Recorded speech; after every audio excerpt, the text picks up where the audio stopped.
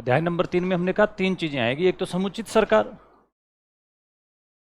समुचित सरकार, स्थानीय प्राधिकारी, स्थानीय प्राधिकारी और माता पिता के कर्तव्य एवं माता पिता के कर्तव्य।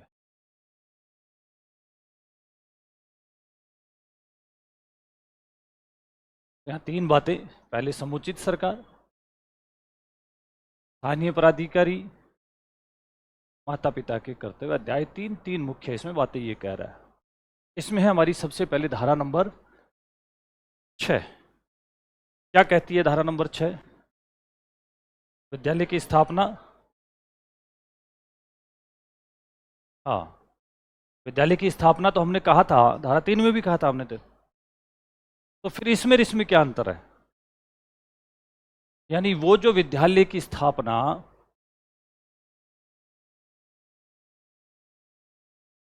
ये समुचित सरकार जो विद्यालयों की स्थापना करेगी, ऐसे स्थान जहां पे विद्यार्थियों के निवास स्थान के नजदीक स्कूल नहीं है, उस कंडीशन में सरकार उस स्थान पे विद्यालयों की स्थापना, यानी जो विद्यालयों की स्थापना होगी वो कितने टाइम में हो जाएगी?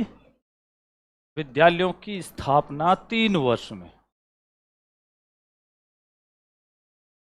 और ये 3 वर्ष 3 वर्ष 3 वर्ष, अब जब हम पूरा आरटी पढ़ेंगे तो कई ऐसी धाराएं आएगी जिनमें 3 वर्ष लिखा होगा।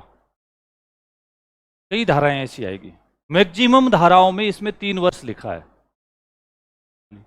और बहुत सारी जो धाराएं हैं वो इन 3 वर्ष वाली धाराओं के साथ जुड़ी हुई है। 1 या 2 धारा ऐसी होगी जो 5 वर्ष की बात करेगी। बाकी इसमें मैक्सिमम जगह क्या लिखा होगा? 3 वर्ष लिखा होगा कि हम 3 वर्ष में छात्र शिक्षक अनुपात बना देंगे, 3 वर्ष में हम विद्यालयों की स्थापना कर देंगे, 3 वर्ष में जहाँ भी आसपास में हमारे विद्यालय जहाँ नहीं है उनकी हम स्थापना करते हुए जिनके मापदंड पूरे नहीं होंगे उनके मापदंड भी हम 3 साल में पूरे करवाएंगे। तो ऐसे कई जगह आएगी। तो विद्यालयों की स्थापना में विशेष तौर से ध्यान रखें, यहाँ पे उसने कहा कि ऐसे स्थान जहाँ पे हमने कहा था कि विद्यालय स्थापित नहीं है, वहाँ पे राज्य सरकार देखेगी किन किन क्षेत्र के अंदर स्कूल स्थापित हो सकता है, और ऐसे उन सभी के लिए प्रावधान करने के लिए उनको अधिकतम कितना टाइम लगेगा? 3 वर्ष का टाइम लगेगा। ये विशेष तौर से ध्यान रखें। ये 3 वर्ष वाली जो बात है ये, और ये 3 वर्ष कानून लागू होने के बाद से था। ये तो 3 वर्ष बहुत पहले निकल गया टाइम। 3 वर्ष तो बहुत पहले ही निकल गया ना, ये तो टाइम जा चुका। इसका मतलब उन्होंने जो एनालिसिस करके और जहां आसपास में विद्यालयों की स्थापना होनी थी जिन मानकों के अनुसार, वो की जा चुकी है। क्वेश्चन आ जाए 3 वर्ष में विद्यालयों की स्थापना करेगा कौन? कौन करेगा विद्यालयों की स्थापना? समुचित सरकार करेगी। कौन सी सरकार करेगी?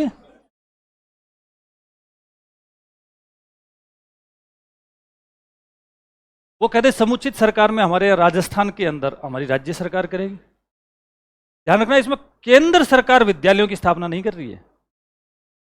अगर ऑप्शन में आ जाए केंद्र सरकार, राज्य सरकार या एसएमसी, तो इसमें राज्य सरकार वाला से, यानी ये कहा गया है कि या फिर समुचित सरकार आ जाए, तो समुचित सरकार यानी केंद्र सरकार, राज्य सरकार, स्थानीय सरकार या समुचित सरकार, तब तो समुचित सरकार वाला ही 100% सही होगा।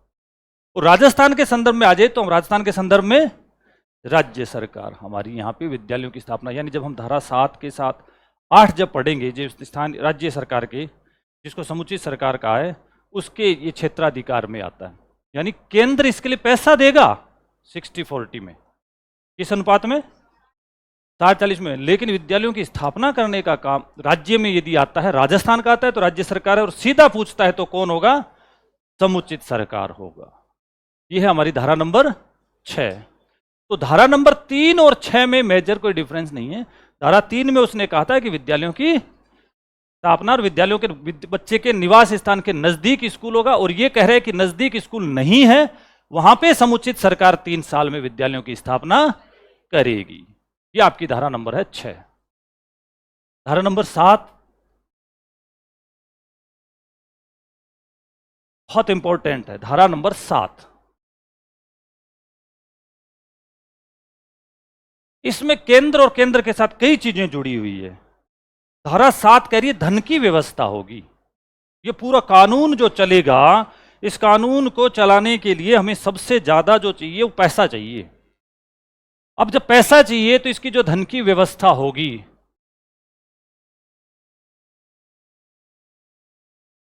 ये कहा गया है कि इसकी धन की व्यवस्था में केंद्र और राज्य दोनों मिलकर करेंगे। कौन कौन करेगा?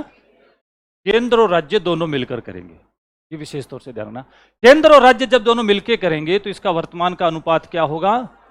पहला ही क्वेश्चन कि आरटीई के क्रियान्वयन के लिए केंद्र कितने प्रतिशत राशि दे रहे हैं और राज्य कितने प्रतिशत राशि? 60-40। सिर्फ केंद्र का पूछ ले तो, सिर्फ राज्य का पूछ ले तो 40। ये जो 60-40 की राशि है, अगला क्वेश्चन आ जाए कि आरटीई 2009 को लागू करने के लिए केंद्र और राज्य वित्तीय अनुपात 60-40 है। ये वो क्वेश्चन में दे दे। ये अनुपात जो 60-40 है, इस 60-40 के लिए जो राशि जारी की जा रही है वो वर्तमान में किस अभियान में जारी की जा रही है? समग्र शिक्षा अभियान में, क्योंकि सर्व शिक्षा अभियान तो पहले की बात हो गई। तो इसकी जो राशि जारी की जाती है वो किस अभियान के तहत है? क्योंकि हमारे सिलेबस में समग्र शिक्षा भी है। इसका उल्टा भी पूछ ले, समग्र शिक्षा अभियान में निम्न में से किस कानून की राशि जारी की जा रही है? आरटी की। अच्छा क्वेश्चन है कि हमें भारत से शिक्षा में जितना भी जो पैसा मिल रहा है वो सारा का सारा पैसा कौन से अभियान में आ रहा है हमारे पास? समग्र शिक्षा, जिसको हम समसा बोलते हैं। हमारे पास राशि जो आ रही है, जिसको हमने कहा कि केंद्र और राज्य दोनों मिलकर धन की व्यवस्था करेंगे। धन की व्यवस्था में 60% केंद्र का होगा और 40% राज्य का होगा। इससे आगे बढ़ के और एनालिसिस रूप में वो पूछ लेता है कि ये धन की व्यवस्था केंद्र और राज्य 60-40 में कर रहे हैं, ये वर्तमान में भारत के किस अभियान के तहत राज्यों को सपोर्ट किया जा रहा है? तो समग्र शिक्षा अभियान में ये जो पैसा आ रहा होगा, तो इस पैसे से मतलब क्या आरटी में क्या काम लेते होंगे? किस चीज के लिए पैसा? आरटी के तहत किस चीज के लिए पैसा? 60-40 में जो, हाँ,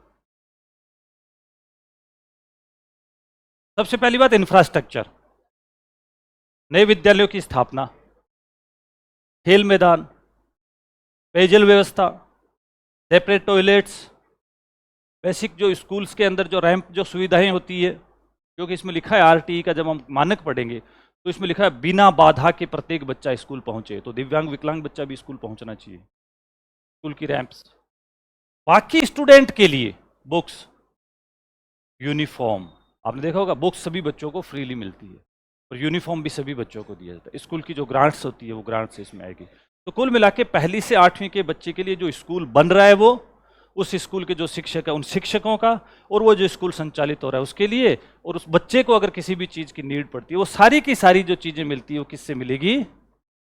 और लाइब्रेरी ग्रांट भी इसके साथ आती है, बच्चों को किताबें भी स्कूलों के अंदर, क्योंकि एक इसमें पुस्तकालय का भी लिखा है। तो ये 60-40। दूसरा इसने कहा है कि जब ये धन की व्यवस्था इस प्रकार से हो जाएगी, इस धन की व्यवस्था में ध्यान रखें पूर्वोत्तर भारत में 90-10 का है, केंद्र शासित प्रदेश में 100%।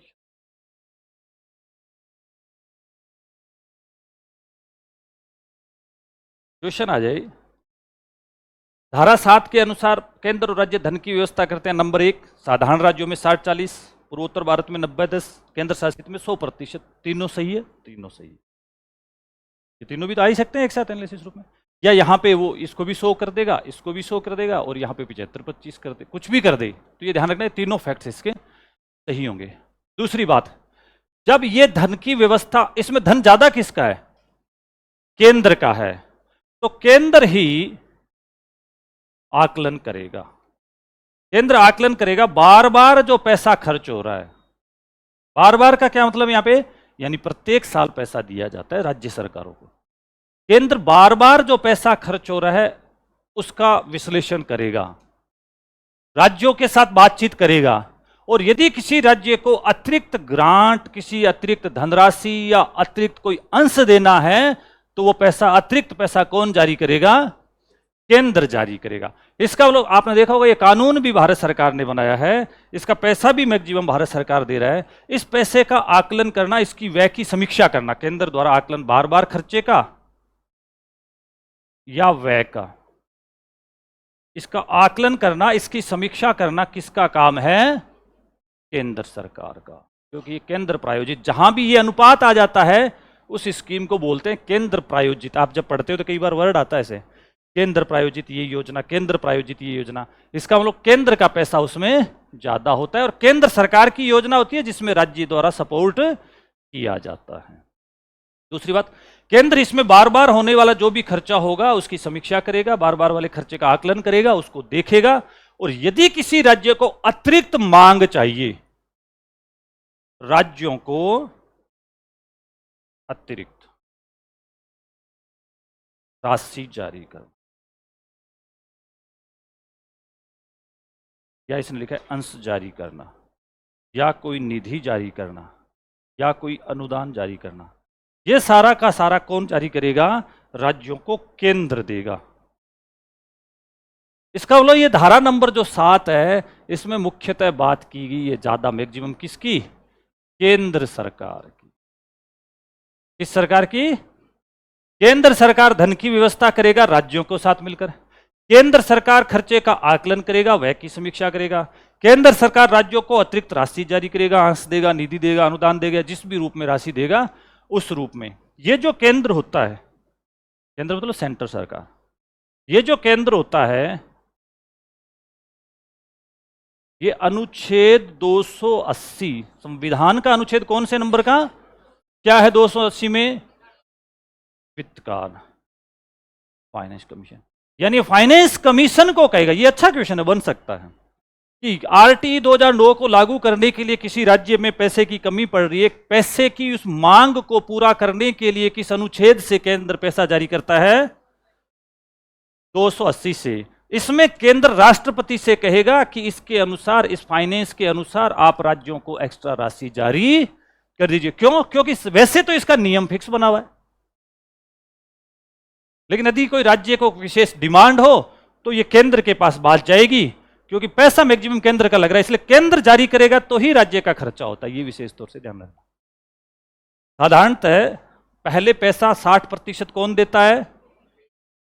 60%, यानी इसका जितना देगा उतने का ही तो 40% निकलेगा फिर बाद में। तो इसके हिसाब से पहले पैसा केंद्र वाला आता है, फिर राज्य उसमें एड ऑन करता है, तब जाके वो पैसा खर्च होता है। तो ये तीनों चीजों का विशेष तौर से ध्यान रखें।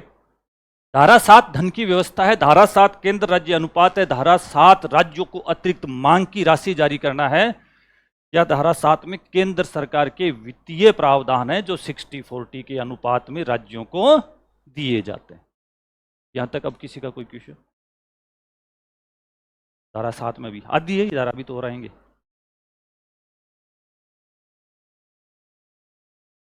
पंचवर्षीय योजना में यदि पैसा किसी का रखा है, वैसे तो क्या होता है, ये जितना भी अपना जो आता है ना, ये भारत सरकार हर साल, ये जो लिखा है ना केंद्र सरकार बार बार आकलन करती है खर्चे की, व्यय की, समीक्षा की, ये हर साल जो बजट आता है उस बजट में पहले से प्रावधान कर लिया जाता है। पिछले साल हमने कितना दिया था, किस राज्य को कितना दिया था, तो इस बार हम सारे राज्यों को कितना टोटल देंगे वो उसके बजट में होता है। जो भारत सरकार का बजट आता है ना, उसमें एनर्जी पे इतना, इस पे इतना, इस पे इतना, इस पे इतना, शिक्षा का होता है।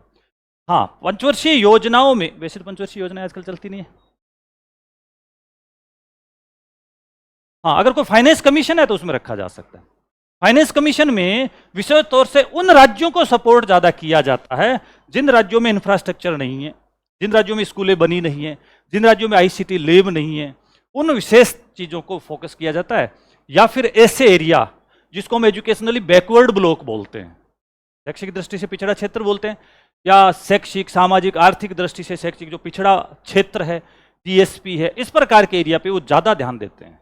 जिनका अभी तक ज्यादा विकास हुआ नहीं है उन पे ज्यादा देते हैं, लेकिन उसमें भी दिया जा सकता है, मनाही नहीं है, देते हैं उसमें। वो तो पूरे समग्र शिक्षा का ही 60-40 का, ये समग्र शिक्षा है ना, इसका पूरे का ही 60-40 है। तो अब भारत सरकार के द्वारा जो भी योजनाएं चल रही है, ध्यान से सुनना, समग्र शिक्षा अभियान, स्टार परियोजना, पीएम श्री योजना, इन तीनों में 60-40 का है। और शिक्षा विभाग की जितनी भी योजनाएं वो सारी की सारी इसके साथ जुड़ी हुई है, समग्र शिक्षा। तो मतलब 60-40 के सभी में इसका एक पार्ट है। जब हम समग्र शिक्षा पढ़ेंगे तो उसका एक पार्ट है वोकेशनल एजुकेशन, उसका पार्ट है स्कूलों का सुदृढ़ीकरण, उसका पार्ट है टीचर एजुकेशन, उसका पार्ट है शिक्षकों की सैलरी, उसका पार्ट है निःशुल्क पाठ्य पुस्तक, उसका पार्ट है बालिका शिक्षा, वो जो बालिका शिक्षा KGVB। ये सारा मतलब जब समग्र शिक्षा का 60-40 हो गया तो उसकी सभी जो ब्रांचेज है उनका ऑलरेडी 60-40 हो गया। जैसे हम कहें RSCRT संचालित हो रहा है 60-40, डाइट संचालित हो रहा है 60-40, यानी कुल मिला के हर स्कीम, ये सारी RSCRT और डाइट हो, ये आजकल सब समग्र शिक्षा अभियान के अधीन ही संचालित होते हैं सारे, सब में 60-40। आगे चलें, आगे चलें। केंद्र के दायित्व है, वेरी इंपॉर्टेंट। यहां से 2-3 बार क्वेश्चन पूछा उसने, क्या दायित्व है?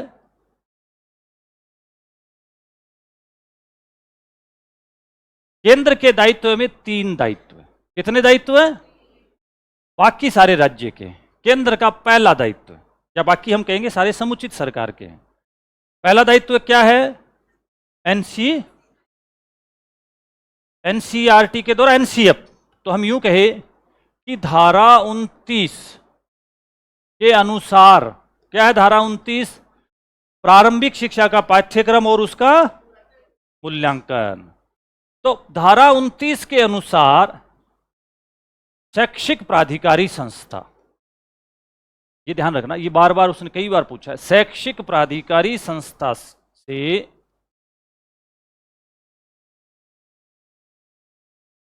राष्ट्रीय पाठ्यचर्या की रूपरेखा तैयार करना, वेरी इंपॉर्टेंट। पहला काम रूपरेखा तैयार करना का मतलब ये कह रहा है NCF तैयार करना। क्या तैयार करना? और जब ये NCF की बात कह रहा है तो नेशनल क्यूरिकुलम फ्रेमवर्क, तो हमें वैसे ही पता, नेशनल क्यूरिकुलम फ्रेमवर्क जब नेशनल आ गया इसका मतलब केंद्र का काम है। तो किसका दायित्व है? केंद्र का।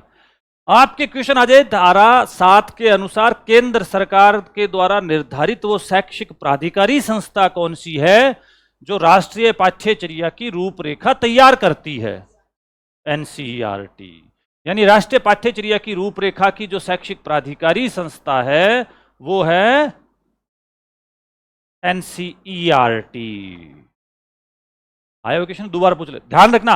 NCERT धारा नंबर 7 और NCERT धारा नंबर 29 दोनों के लिए कौन सी संस्था है? शैक्षिक प्राधिकारी संस्था। बहुत इंपॉर्टेंट क्वेश्चन, आया हुआ क्वेश्चन दोबारा भी आ सकता है। इसका मतलब ये जो NCERT है ये पाठ्यचर्या का काम करेगी, ये तो ये धारा ही कहती है, ये पाठ्यक्रम का काम करेगी, ये पाठ्य पुस्तक का काम करेगी, ये पाठ्य सहायक सामग्री जिसको आप TLM कहते हैं उसका काम करेगी, और ये मूल्यांकन का काम करेगी। यही शैक्षिक प्राधिकारी संस्था होती है, यही शैक्षिक प्राधिकारी संस्था है। जैसे हम SCERT कहेंगे, यानी ये तो धारा 7 के अनुसार NCERT के, और ये काम है NCERT की धारा 29 के अनुसार। तो धारा 7 के अनुसार तो क्या बनाएगी, और धारा 29 के अनुसार पाठ्य सामग्री और बच्चों का, यही तो लिखा है धारा 29 में। ये सारे के सारे जो काम है इतने, इन सारे कामों को बोलते हैं अकादमिक कार्य। कौन से कार्य? तो अब एक सिंपल सा आ जाए, वो कुछ नहीं दे, ना तो धारा दे नहीं कुछ नहीं दे, वो कह दे भारत की सर्वोच्च अकादमिक संस्था है NCERT, राज्य की सर्वोच्च अकादमिक संस्था है हर्षित। ना तो उसने धारा दिया, ना RT दिया, कुछ नहीं दिया, उसने तो कहा अकादमिक। तो कई बच्चों को तो लगेगा यार ये तो आउट ऑफ सिलेबस सा लग रहा है question he. Out of syllabus नहीं है, ये इसने शुद्ध रूप से कहा है कि हमारी पाठ्यचर्या, पाठ्यक्रम, पाठ्य पुस्तक, TLM और इवेल्युएशन का काम करने वाली संस्था कौन सी है। ये यहां से लेकर वहां तक के सारे इस काम को बोलते हैं अकादमिक कार्य। याद रहेगा, इस चीज को विशेष तौर से ध्यान रखना। अगर नोट नहीं किया तो इसको ऐसा कैसा, इतना इसको कहीं नोट कर लो। किताब में लिखना, किताब में साइड में ऊपर लिख लीजिए कहीं भी।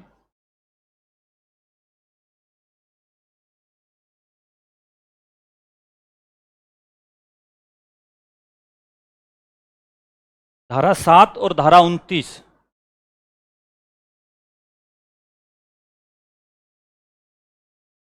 धारा 20 में ये तो 29 ही है। धारा 20 तो अनुसूची में केंद्र सरकार का संशोधन का प्रावधान।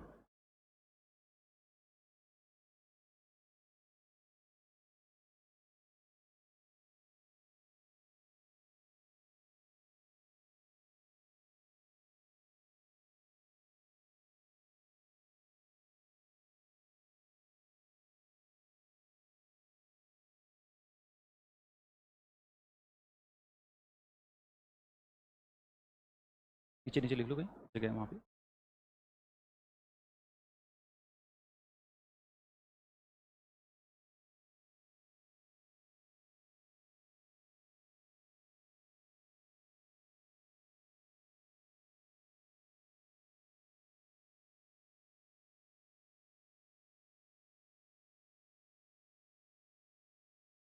देख लिया, ठीक है। तो यहां पे क्वेश्चन दो बन रहे थे, सर्वोच्च अकादमिक संस्था, सीधा पूछ ले, कुछ नहीं लिखे, या सर्वोच्च शैक्षिक प्राधिकारी संस्था।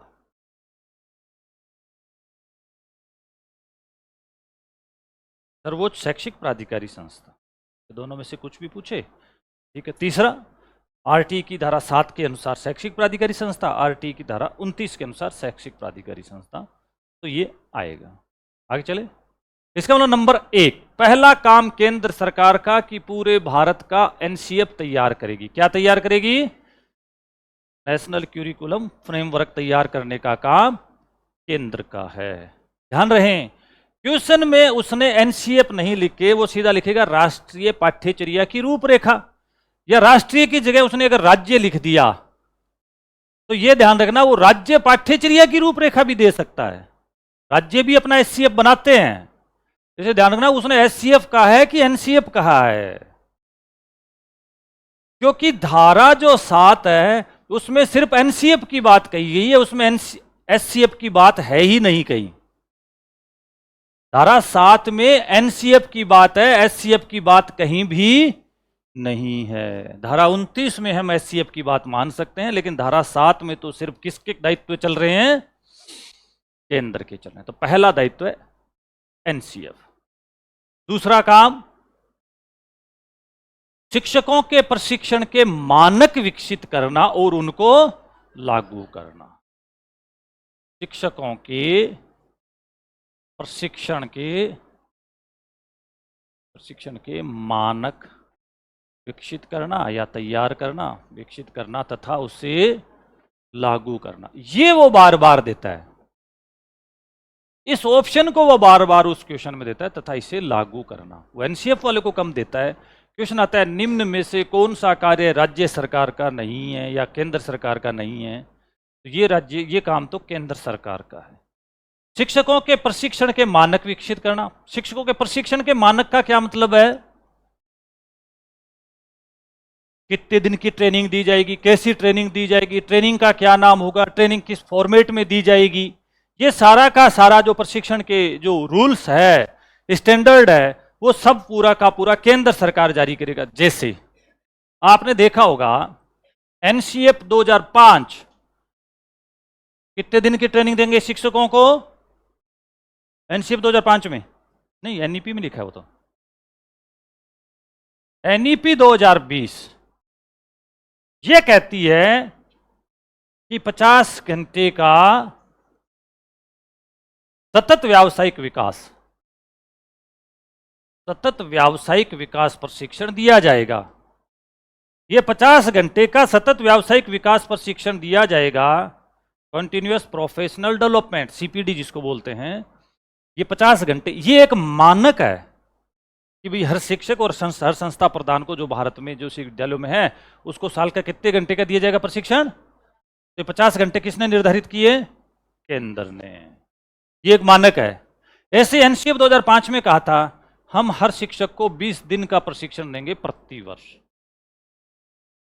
ये 20 दिन प्रति वर्ष देंगे, ये ऐसा स्टैंडर्ड किसने डिसाइड किया? केंद्र सरकार ने एनसीएफ के माध्यम से। ऐसे ही आपने देखा होगा कि हम दीक्षा पोर्टल के माध्यम से शिक्षकों को प्रशिक्षण देंगे, ये दीक्षा पोर्टल से देंगे, ये किसने डिसाइड किया? केंद्र सरकार ने। यानी ये ऐसे कुछ स्टैंडर्ड है, हम जब दीक्षा पोर्टल से प्रशिक्षण देंगे उस प्रशिक्षण का नाम निष्ठा होगा, किसने डिसाइड किया? केंद्र ने। ये होते हैं शिक्षकों के प्रशिक्षण के मानक और उनको लागू करना। यानी शिक्षकों को प्रशिक्षण कैसा दिया जाएगा, प्रशिक्षण का नाम क्या होगा, कितने दिनों का होगा, ये उसके स्टैंडर्ड तय करना किसका काम होगा? केंद्र का। और वो मानकों के अनुसार प्रशिक्षण करवाना किसका काम है? राज्यों का काम है। यानी सिर्फ और सिर्फ प्रशिक्षण के मानक विकसित करते हुए उसको भारत में लागू कर देना केंद्र का काम है। लागू करने के बाद उस प्रशिक्षण की समस्त सुविधाएं उपलब्ध करवाना राज्य का काम है। तो इसने ऑप्शन में आपके 2-3 बार इस ऑप्शन को सबसे ज्यादा दिया तीनों कामों में। ठीक है। तीसरा क्या काम है? राज्य सरकारों को जो है कोई अनुसंधान है, कोई नवाचार है, कोई तकनीकी है, उनके अनुसार संसाधन उपलब्ध करवाने का कार्य किसका रहेगा? केंद्र सरकार का। यानी राज्य सरकारों को यह सपोर्ट देगी केंद्र सरकार। राज्य सरकारों को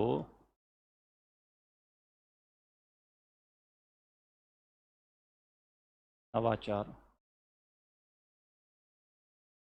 अनुसंधान, क्षमतावर्धन आदि के लिए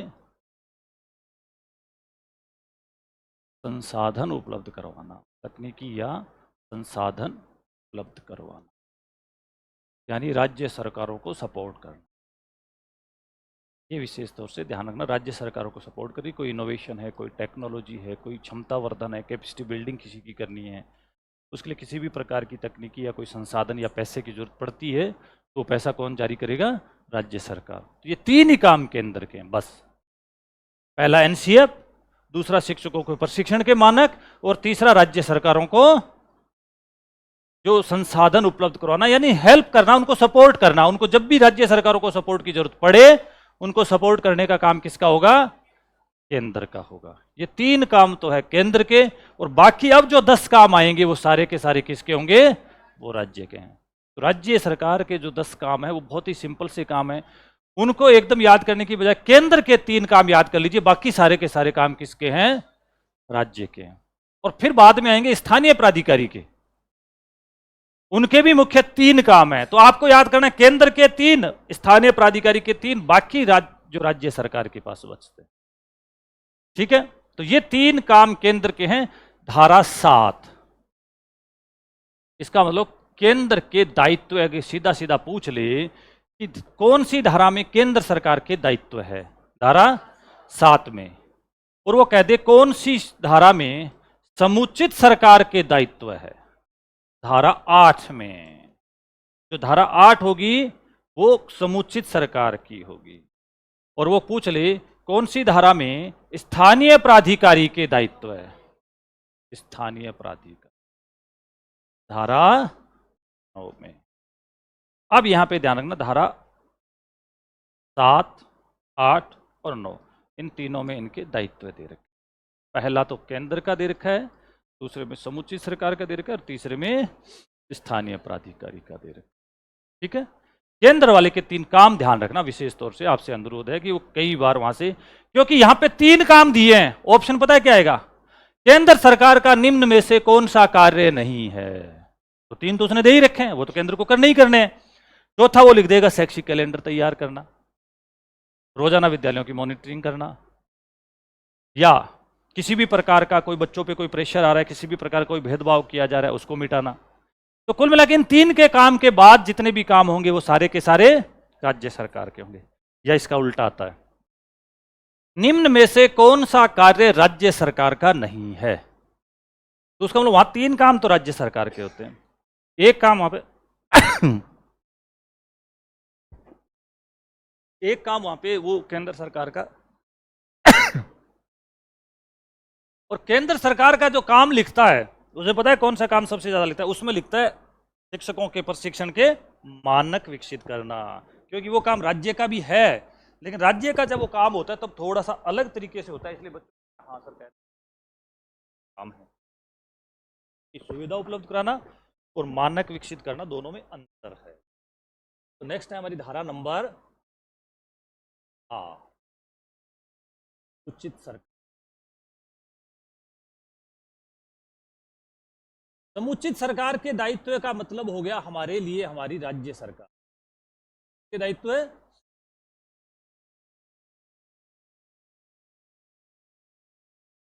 क्या काम रहेंगे राज्य सरकार के? हाँ, अब जितने भी जो काम होंगे, यानी जो भी 6 से 14 आयु वर्ग के बच्चे हैं उन सबको अनिवार्य और जो निःशुल्क शिक्षा की बात कही थी वो उपलब्ध करवाना। इसका मतलब नंबर 1, 6 से 14 आयु वर्ग को निःशुल्क एवं अनिवार्य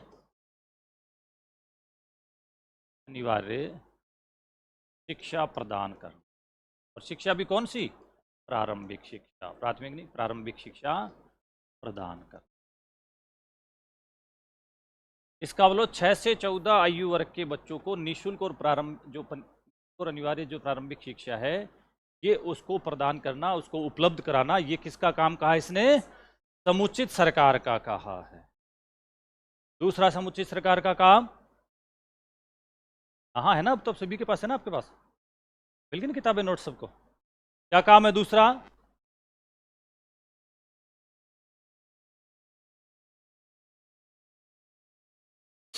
अब ध्यान से सुनना। इसने कहा कि 6 से 14 आयु वर्ग के बच्चों को निःशुल्क और अनिवार्य शिक्षा उपलब्ध करवाएगा, उसको प्रदान करने का काम इसका होगा। अब दूसरा, जो 6 से 14 आयु वर्ग के बच्चे हैं, ये जो बालक है, बालक का प्रवेश, बालक की उपस्थिति और बालक द्वारा प्रारंभिक शिक्षा पूरी करने तक मॉनिटरिंग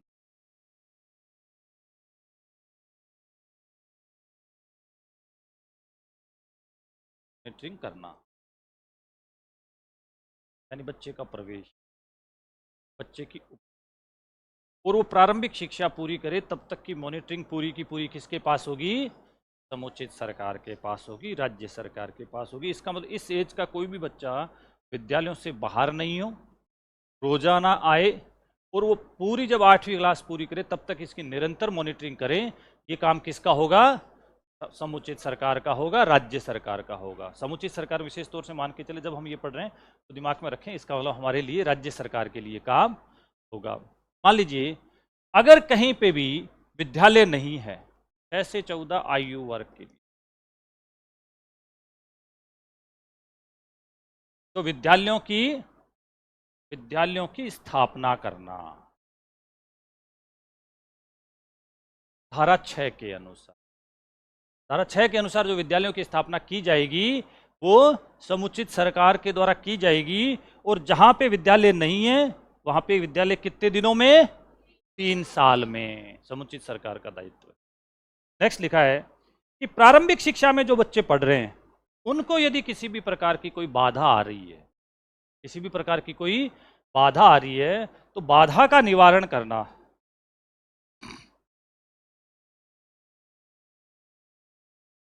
या कोई भेदभाव किया जा रहा है,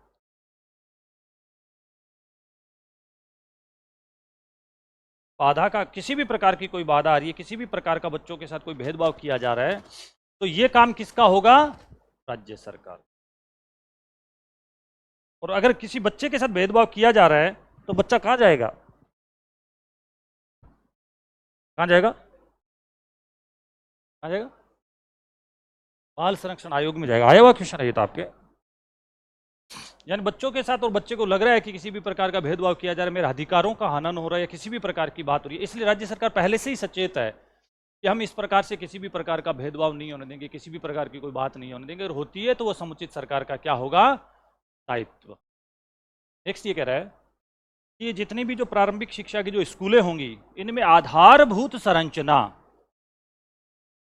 इंफ्रास्ट्रक्चर, आधारभूत संरचना जैसे कमरे हो गए, इसने कहा शिक्षक हो गए, खेल सामग्री हो गई, या सीधी टीएलएम हो गया,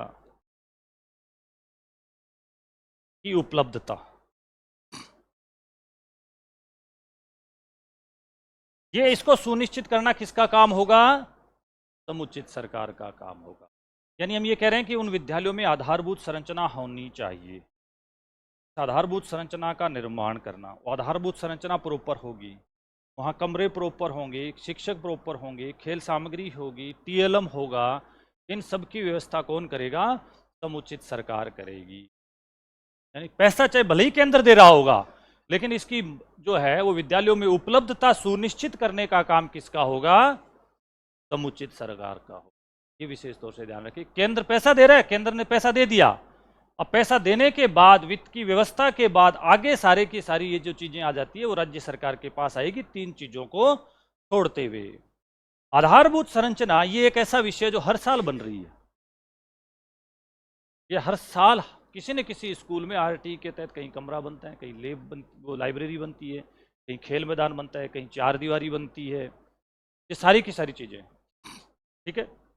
हर साल खेल सामग्री का पैसा दिया जा रहा है, हर साल टीएलएम का पैसा दिया जा रहा है, हर साल शिक्षकों की सैलरी का पैसा दिया जा रहा है, हर साल कमरे बन रहे हैं। तो ये सारा कमरे बनाना, शिक्षकों को सैलरी देना, खेल सामग्री उपलब्ध कराना, टीएलएम की व्यवस्था करना, ये सारा का सारा काम किसका होगा, राज्य सरकार का। नेक्स्ट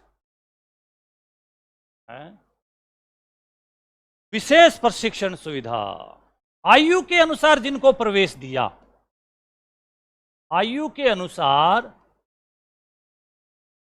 कब दिया था, आयु के अनुसार प्रवेश कौन सी धारा में दिया था, धारा 4 में। धारा 4 में जब आपने आयु के अनुसार प्रवेश दिया तो आप याद करो बहुत सारे बच्चे बहुत बाद में आए थे, जो बाद में आए थे उनको विशेष शिक्षण या सहायता या प्रशिक्षण, ये उनको विशेष शिक्षण सहायता प्रशिक्षण उपलब्ध कराने का लिख दे कि धारा 4 के अनुसार जो बच्चों को प्रवेश दिया जाता है, जिन बच्चों को प्रवेश दिया जाता है उनको विशेष शिक्षण या सहायता दी जाती है। ये विशेष शिक्षण या सहायता जो न्यूनतम 3 महीने की, अधिकतम 2 साल की होती है, इसकी व्यवस्था कौन करेगा, राज्य सरकार या समुचित सरकार के द्वारा ये किया जाएगा। क्योंकि ये जितनी भी जो सहायता और ये सारी चीजें हैं, ये राज्य सरकार के ही जिम्मे पे ज़्यादा डाली गई, क्योंकि केंद्र पैसा देके फिर उसका तो अपना आकलन करने का काम है, भी आप पैसा सही जगह खर्च कर रहे हो या नहीं कर रहे हो, उसकी समीक्षा करने का काम फिर केंद्र के पास रहता है। नेक्स्ट अगला काम है, हाँ, ये प्रवेश उपस्थिति उसकी मॉनिटरिंग करना, ये हमने लिख लिया। अगला मापदंड, एक तो देखिए मापदंड,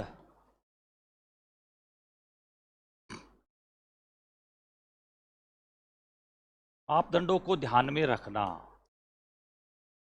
तथा इसी अनुसार गुणवत्तापूर्ण शिक्षा,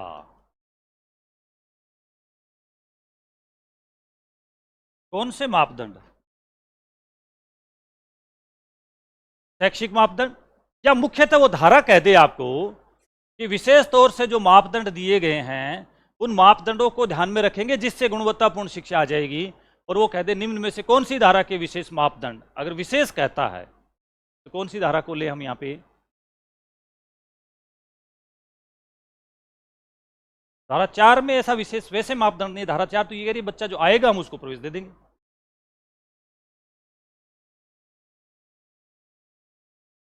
धारा 19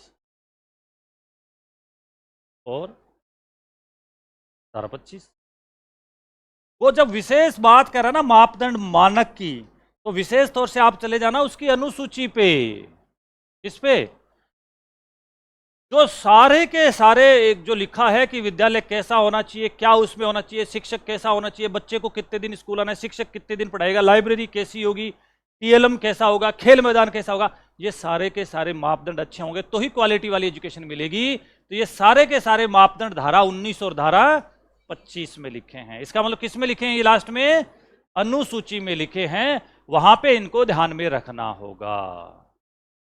मापदंड का अगर वो आपसे विशेष तौर से पूछ ले तो आपको मापदंड के लिए धारा 19 और धारा 25 पे आना है। विशेष तौर से बार बार मैंने पहले भी कहा, इसका ध्यान रखना। धारा 19 और 25 यानी अनुसूची पे आपको चले जाना है। लास्ट में जो एक संलग्न अनुसूची है उनके अनुसार उनको ध्यान में रखना होगा। वो अच्छे होंगे तो ही हम क्वालिटी वाली एजुकेशन की आगे बात कर पाएंगे, क्योंकि उसके अनुसार पहले हमारे पास इंफ्रास्ट्रक्चर हो, खेल मैदान हो, शिक्षक हो, बच्चे हो, टीचर हो, टीएलएम हो, तब जाके हम गुणवत्तापूर्ण शिक्षा और प्रत्येक बच्चे के लर्निंग आउटकम्स की बात कर पाएंगे। अगला काम, यस, प्रारंभिक शिक्षा के लिए पाठ्यचर्या या पाठ्यक्रम। अब ये ध्यान रखना, अब इसने प्रारंभिक शिक्षा के लिए पाठ्यचर्या या पाठ्यक्रम धारा जो 8 में कहा है, ये है इसका एससीएफ। क्या है ये? एससीएफ। यानी इसने धारा 7 में तो एनसीएफ, सिर्फ एनसीएफ की बात कही है। सिर्फ किसकी? एनसीएफ की। अब यहां पे ये कह रहा है कि धारा 8 के अनुसार राज्यों के भी अपनी पाठ्यचर्या होगी, अपना पाठ्यक्रम होगा, उसको लागू करेंगे, विकसित करेंगे, लागू करेंगे। तो ध्यान रखना, वो कह देगा कि राज्य पाठ्यचर्या की रूपरेखा को विकसित करना और उसको लागू करना किसका काम है? आरएससीईआरटी। क्योंकि यहां इसने बात राज्य पाठ्यचर्या की रूपरेखा की कही है, न कि राष्ट्रीय पाठ्यचर्या की रूपरेखा की कही है। तो ये चीज विशेष तौर से आपको ध्यान रखनी है। पाठ्यचर्या, पाठ्यक्रम विकसित।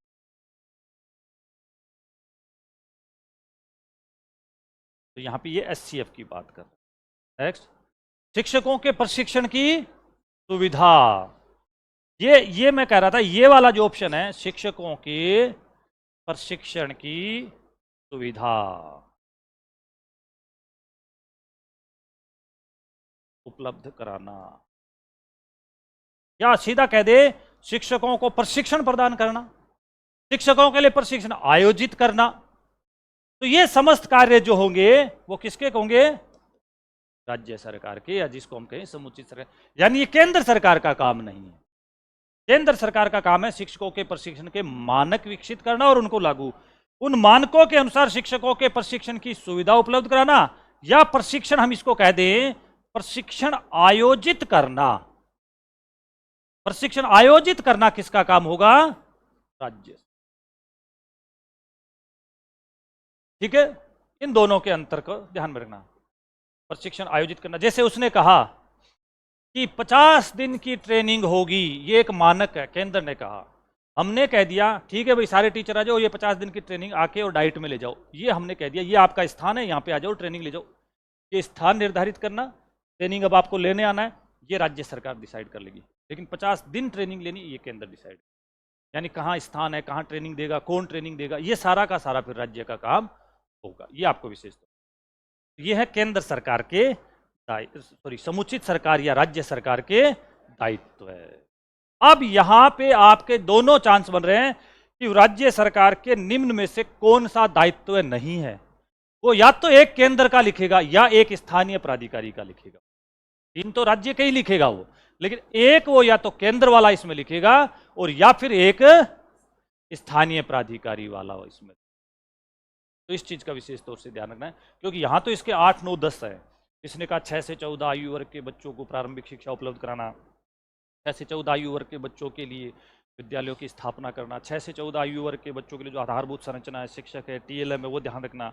इन बच्चों में किसी भी प्रकार का कोई भेदभाव नहीं हो, इन बच्चों में किसी भी प्रकार की कोई बाधा नहीं आए, ये सारी चीज़ों को मैनेज करना इसका काम है। जो हमारे मानक दिए हुए हैं उन मानकों के अनुसार सभी को जो है शिक्षा उपलब्ध करवाना, ये सारा इसका काम है। गुणवत्तापूर्ण शिक्षा उपलब्ध करना, राज्य में राज्य पाठ्यचर्या पाठ्यक्रम विकसित करना इसका काम है, शिक्षकों के प्रशिक्षण की सुविधा उपलब्ध कराना इसका काम है। ये सारे के सारे काम समुचित सरकार के काम हो। ठीक है, नेक्स्ट चले हम धारा नंबर 9 में, धारा नंबर 9, धारा नंबर 9 किसकी है? स्थानीय प्राधिकार।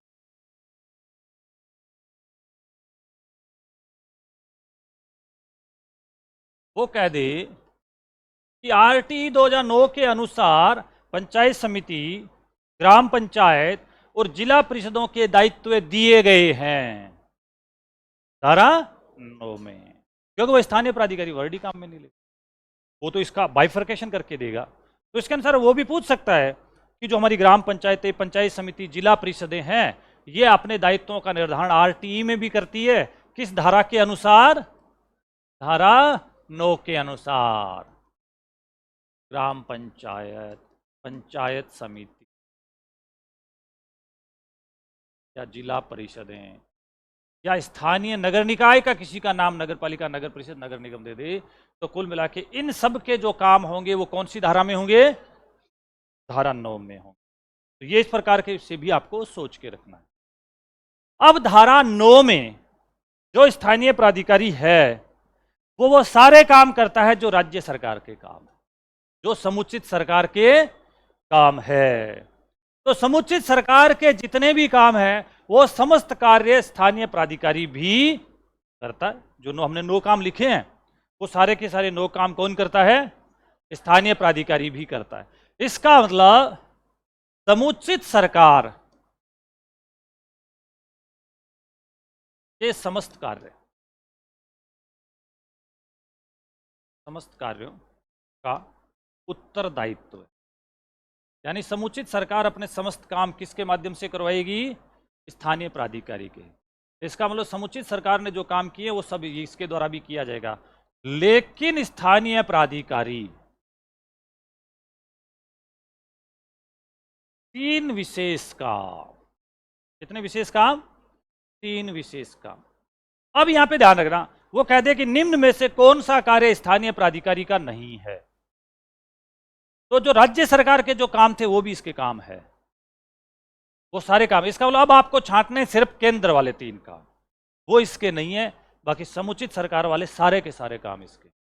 3 विशेष काम कौन से हैं जो इसी के हैं?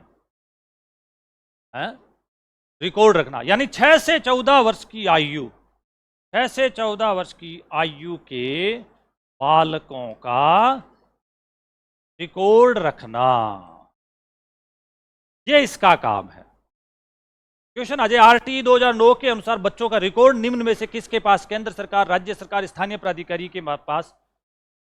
तो स्थानीय प्राधिकारी के पास। यानी ये अपने अधिकार क्षेत्र में रहने वाले प्रत्येक इस एज के बच्चों का जो बालक है उनके पास उन सब का रिकॉर्ड रखते हैं। हाउस होल्ड सर्वे करवाते हैं हम हर बार, हर साल जब स्कूलें चलती है, प्रवेशोत्सव के अभियान के समय जो सर्वे होता है उस समय इस एज का कोई भी बच्चा स्कूलों से वंचित नहीं रहे, इस एज के समस्त बच्चों के डाटा है वो ग्राम पंचायत, पंचायत समितियों के पास आ जाते हैं। नंबर 1।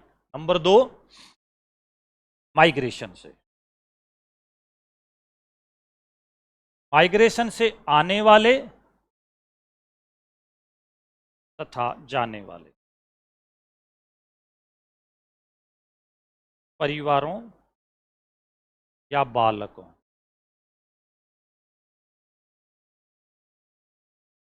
की सूची तथा बालकों का प्रवेश। यानी अगर कोई बच्चा आ जाए कहीं से दूसरी जगह से, या हमारे यहां से कोई बच्चा दूसरी जगह चला जाए, तो ऐसे समस्त बच्चों का रिकॉर्ड रखना। और अचानक कोई बच्चे ऐसे आ जाते हैं तो उन आए हुए बच्चों को प्रवेश करवाने का काम किसका होगा? स्थानीय प्राधिकारी का। क्योंकि आपके पास मान लीजिए कोई 2 दिन पहले, 5 दिन पहले ही कोई माइग्रेशन से कोई परिवार आ गया, बच्चा कहीं दूसरी जगह रह रहा था, माइग्रेशन से एक जगह से दूसरी जगह आ जाते हैं। ऐसे परिवार जो अस्थायी रूप से कई बार इधर से उधर चले जाते हैं, ऐसे समस्त परिवारों के बच्चों को विद्यालयों में प्रवेश करवाने का काम भी किसका होगा? स्थानीय प्राधिकारी का होगा। और तीसरा काम,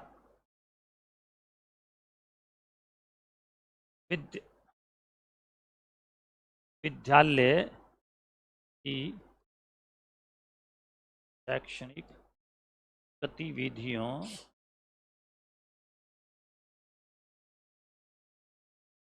का कैलेंडर तैयार कर, ये आपके एक बार ऑप्शन में आया हुआ है। ऑप्शन में आया निम्न में से शिक्षक का कौन सा काम नहीं है। क्वेश्चन था निम्न में से शिक्षकों का दायित्व नहीं है, तो शिक्षकों के दायित्व है कहां पे? शिक्षकों के दायित्व कहां पे है? धारा 24 में, यानी धारा 24 के अनुसार आपके दायित्व है। धारा 23 में आप लगोगे, धारा 24 में आपके काम है। तो धारा 24 के बाकी तो उसने 3 काम तो धारा 24 के लिख दिए। एक काम उसने ये लिखा, विद्यालय की शैक्षणिक गतिविधियों का कैलेंडर तैयार करना। तो ये जबकि लग तो ऐसा रहा कि यार ये तो शिक्षक ही करता होगा और तो कौन ही करता होगा, क्योंकि ऐसे ऑप्शन वो इस हिसाब से देता है।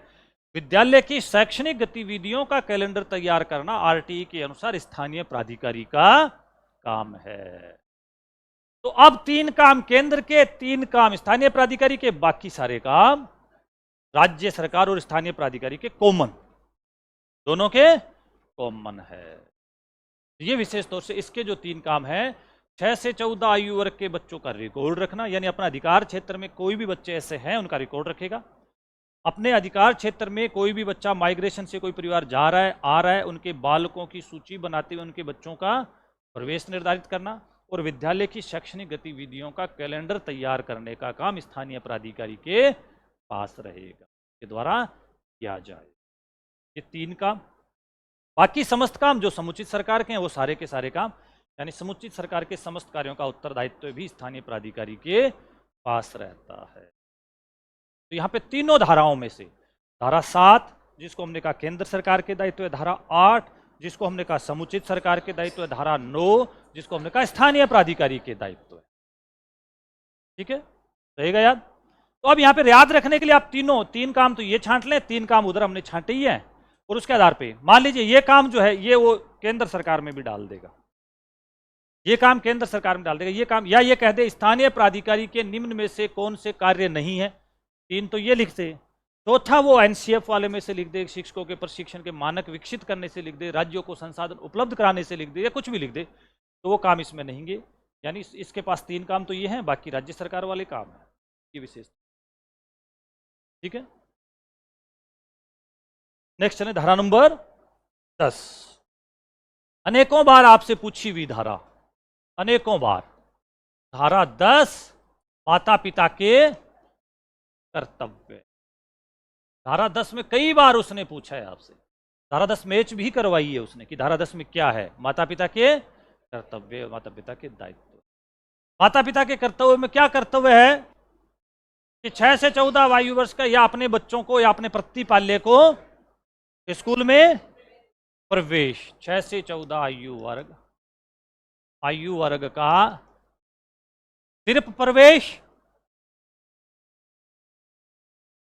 नियमित रूप से विद्यालय भेजना, चाहे कैसे भी नहीं, आराम से भेजना। चाहे कैसे का मतलब वो तो पढ़ जाते थे, चाहे कैसे। तो आजकल बच्चों को मानसिक रूप से प्रताड़ित नहीं कर सकते, नहीं तो वो स्कूल नहीं जाके मानवाधिकार आयोग में चला जाएगा कि मेरे माता पिता भी मुझे प्रताड़ित करते हैं और पटक के जाते हैं स्कूल, जबकि मेरी भी इज्जत है, मैं आराम से जाऊंगा। इसलिए कैसे भी नहीं, बहुत अच्छे तरीके से भेजना। 6 से 14 आयु वर्ग का विद्यार्थियों का प्रवेश और नियमित रूप से विद्यालय भेजना, ये उसके माता पिता का दायित्व होगा। वो पूछ ले कि धारा 10 के अनुसार माता पिता का कर्तव्य है कि 6 से 14 आयु वर्ग के बच्चों को नियमित रूप से विद्यालय भेजेंगे, ये कौन से नंबर का कर्तव्य है? 11वां। ये भारतीय संविधान में कहां लिखा हुआ है? 51 में।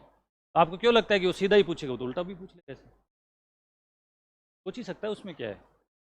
तो ये है धारा नंबर 10, जो बहुत छोटी सी है, एक ही लाइन की धारा है। धारा नंबर,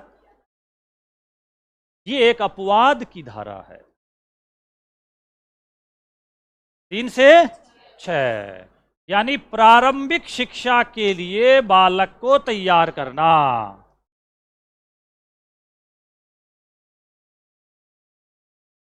तैयार करना, या हम इसको कहें पूर्व प्राथमिक शिक्षा।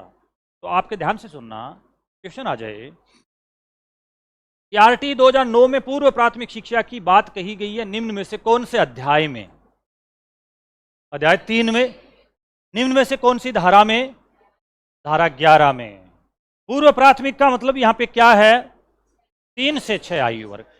ये एक पहली धारा है जो 3 से 6 आयु वर्ग की बात करती है। किसकी बात करती है? बाकी सारी धाराएं,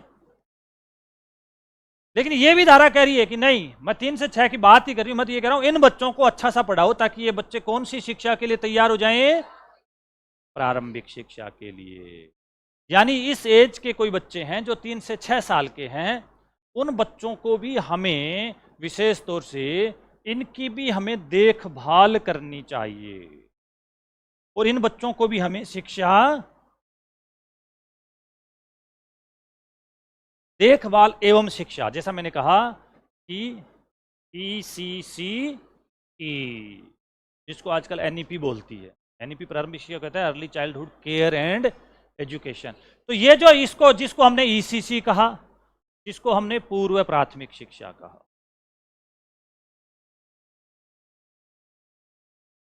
यानी ECC या पूर्व प्राथमिक शिक्षा में बच्चों की क्या की जाती है? देखभाल, और उनको क्या प्रदान की जाती है? शिक्षा।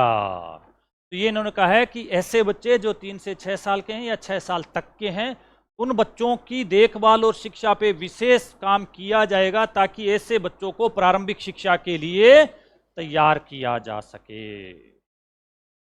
यानी प्रारंभिक शिक्षा के लिए तैयार करने से संबंधित ऐसे बच्चे जो प्रारंभिक शिक्षा में तो नहीं है, लेकिन उनको प्रारंभिक शिक्षा के लिए हम तैयार करते हुए उनकी देखभाल और शिक्षा की व्यवस्था करेंगे, निम्न में से किस धारा ये बात करती है? अगला क्वेश्चन, आरटीई की धारा जो 11 है, जिसमें बच्चों की आयु का प्रावधान क्या रखा है? 3 से 6 आयु वर्ग। धारा 11 के अनुसार जो 3 से 6 आयु वर्ग के बच्चे हैं, उनको जो शिक्षा प्रदान की जाएगी उसके साथ साथ उनकी देखभाल भी की जाएगी। धारा 11 के अनुसार वो कह देगा कि जब ऐसे बच्चों को हम पूर्व प्राथमिक शिक्षा दे रहे हैं तो अंततः हमारा उद्देश्य क्या रहेगा कि प्रारंभिक शिक्षा में अच्छे बच्चे तैयार होकर पहुंचे। अब वो कह दे आरटी 2009 के अनुसार, धारा 11 के अनुसार 3 से 6 आयु वर्ग के बच्चों को प्रारंभिक शिक्षा के तैयार करने के लिए हम इस प्रकार से पूर्व प्राथमिक शिक्षा संचालित करते हैं। निम्न में से ये बच्चे कहाँ अध्ययनरत होंगे या कहाँ पढ़ेंगे या कहाँ जाएंगे? आंगनवाड़ी में, और बालवाड़ी में, और नंदघर तो बालवाड़ी का ही आदर्श रूप ही तो है। आंगनवाड़ियों के आदर्श रूप को नंदघर कहते हैं। पूर्व प्राथमिक, पूर्व प्राथमिक शिक्षा होगी तो बताओ, प्री प्राइमरी स्कूल में। तो निम्न में से कहां वो अध्ययन कर, ध्यान से सुनना, 3 से 6 आयु वर्ग के बच्चे राष्ट्रीय शिक्षा नीति 2020 के अनुसार आंगनवाड़ियों में जाएंगे, बालवाड़ियों या बाल वाटिकाओं में जाएंगे, या पूर्व प्राथमिक विद्यालयों में जाएंगे, या उपरोक्त सभी में जाएंगे।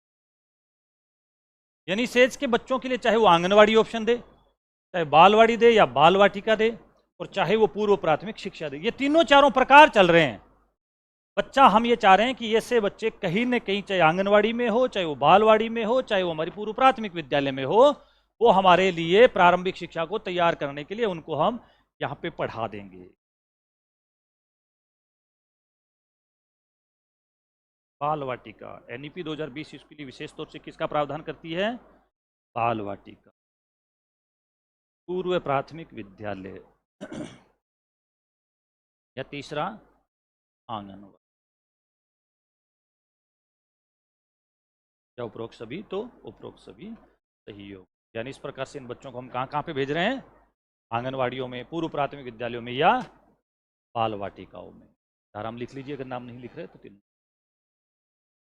यानी ये बच्चे यहाँ पे हम प्रारंभिक शिक्षा के लिए इनको तैयार करेंगे। आरटी 2009 की धारा 11 के अनुसार पूर्व प्राथमिक शिक्षा के लिए बच्चों को तैयार करने के लिए निम्न में से किन स्थान पर व्यवस्था की जा रही है या की गई है? बाल वाटिकाओं में, पूर्व प्राथमिक विद्यालयों में, आंगनवाड़ियों। लिखा हुआ था ब्रैकेट में, तो ये एक अपवाद की धारा है, एक धारा नंबर 11 जो 3 से 6 आयु वर्ग के बच्चों की। आगे चले, अध्याय नंबर 4। अध्याय नंबर 4 क्या है? अध्याय नंबर 4 का नाम विद्यालयों एवं अध्यापकों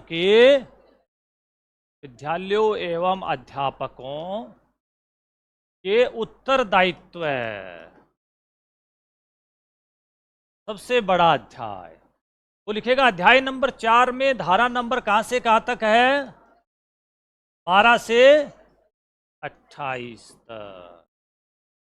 वो कहेगा धारा अध्याय नंबर 4 जिसमें धारा नंबर 12 से 28 है, इसमें अध्यापकों से संबंधित शुद्ध रूप से धारा है 23 से 28। इसका मतलब इससे पहले वाली विद्यालयों के लिए धारा नंबर 12। Very important. धारा नंबर 12 क्या है? धारा नंबर 12 निजी विद्यालयों में 25%। तो इससे पहले में याद रखना चाहिए सरकारी विद्यालयों में 100%। हम सीधा याद रखते हैं निजी विद्यालयों में 25। हम निजी विद्यालय में क्यों याद रखें? हम तो ये कहें कि सरकारी विद्यालयों में 100% प्रवेश होगा। ये ध्यान रखना, धारा 12 तो वही है जो आप कह रहे हो कि निजी विद्यालयों में 25% बच्चों के प्रवेश के आधार पर उनकी लॉटरी निकलती है। लेकिन वो कह रहा है कि धारा 12.1 क सरकारी विद्यालय, कौन से विद्यालय? सरकारी विद्यालय प्रारंभिक शिक्षा में प्रवेश देंगे। आ जाए सरकारी विद्यालय प्रारंभिक शिक्षा में बालकों को प्रवेश देंगे। किस एज को? वही 6 से 14। वैसे तो क्वेश्चन आया हुआ है। इसका मतलब 12.1 कह रही है कि सभी सरकारी विद्यालयों में प्रारंभिक शिक्षा उपलब्ध करवाई जाएगी। नंबर 1। नंबर 2 12.1 ग ये कह रहा है, ये कह रहा है अनुदानित विद्यालय। कौन से विद्यालय? अनुदानित विद्यालयों में, अनुदानित विद्यालय यानी जो जिनको सरकार के द्वारा अनुदान दिया, अनुदानित विद्यालयों में 25% सीटों पर प्रवेश आरटीई के तहत दिया जाएगा।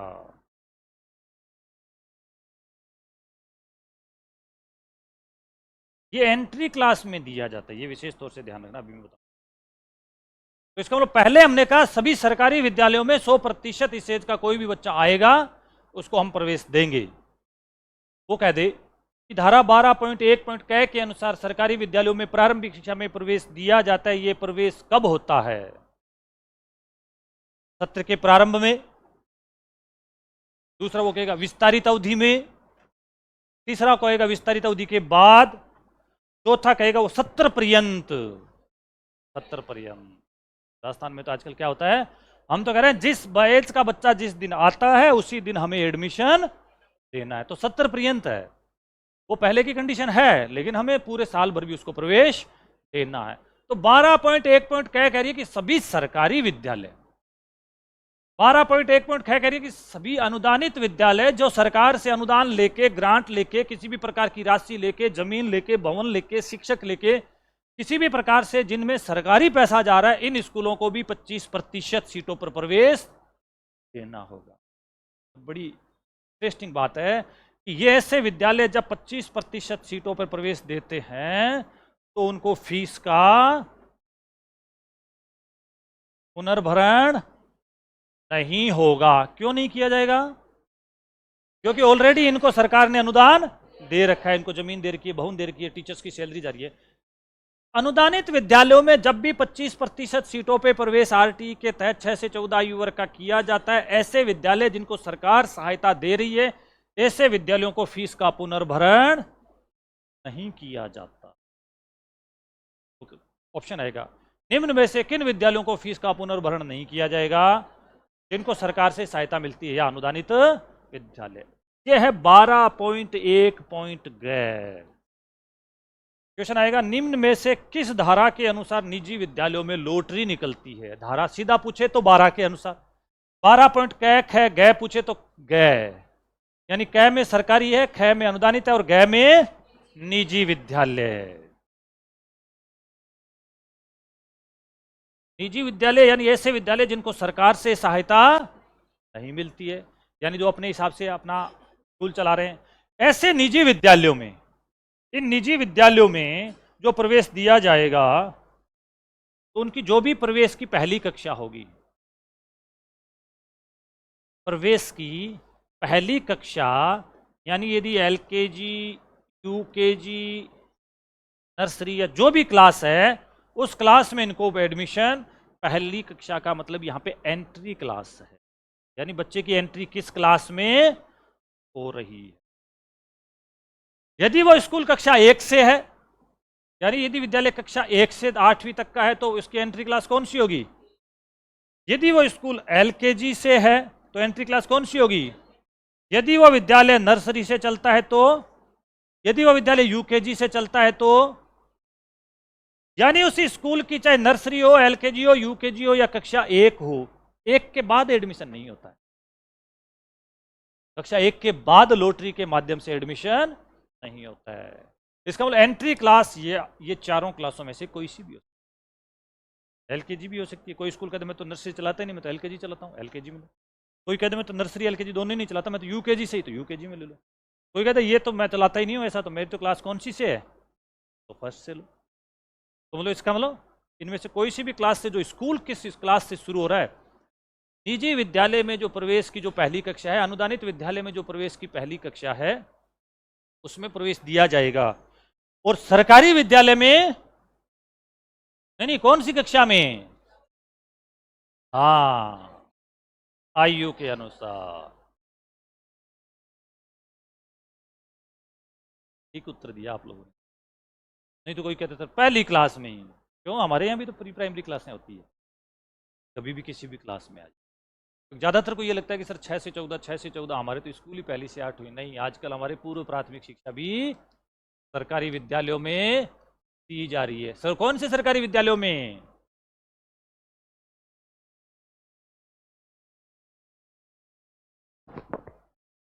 पूर्व प्राथमिक विद्यालय कौन से हैं, तो घुमा फिरा के एक ही। मैं तो कह रहा हूं कौन से स्कूल का नाम क्या है जिसमें ये पूर्व प्राथमिक शिक्षाएं दी जा रही है। महात्मा गांधी अंग्रेजी माध्यम विद्यालयों में बाल वाटिकाओं की स्थापना की गई है या की जा रही है।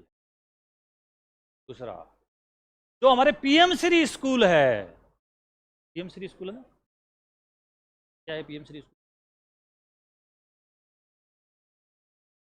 ये भी पीएम श्री स्कूल क्या है। भारत सरकार ने कुछ स्कूल सेलेक्ट किए हैं जिन स्कूलों को पीएम श्री नाम दिया गया है, और ये स्कूल ध्यान से सुनना, PM Shri school NEP school है। कौन सी स्कूल है, PM Shri school NEP school है। इसका मतलब एनईपी में जितने भी रिकमेंडेशन और सुझाव दिए गए हैं वो सारे के सारे एनईपी के समस्त चीजें इन पीएम श्री स्कूलों में डेमोन्स्ट्रेट की, यानी उस एनईपी ने जो कह दिया ना, वो आदर्श है, ये आदर्श है, ये आदर्श है, ये सारी की सारी चीजें किस में अप्लाई होगी। इसलिए पीएम श्री स्कूलों को एनईपी स्कूल कहा गया है। यानी एनईपी का डेमोन्स्ट्रेशन जिन स्कूलों में होगा वो कौन होंगे, PM Shri, as a model, as a reference. तो कुल मिला के हम ये बात कर रहे थे धारा 12.1 की, निजी विद्यालय यानी प्रवेश की पहली कक्षा में, चाहे एलकेजी, यूकेजी या कक्षा 1 में इनको प्रवेश देना हो। आगे चले, यहां पे ध्यान रखना, यहां पे तो ये सभी सरकार के द्वारा पैसा आ ही रहा है, यहां पे इनको पुनर्भरण नहीं किया जाएगा क्योंकि सरकार ने साथ। अब निजी विद्यालयों को फीस का पुनर्भरण किया जाए। निजी विद्यालय, निजी विद्यालयों को सरकार द्वारा फीस का पुनर्भरण किया जाएगा।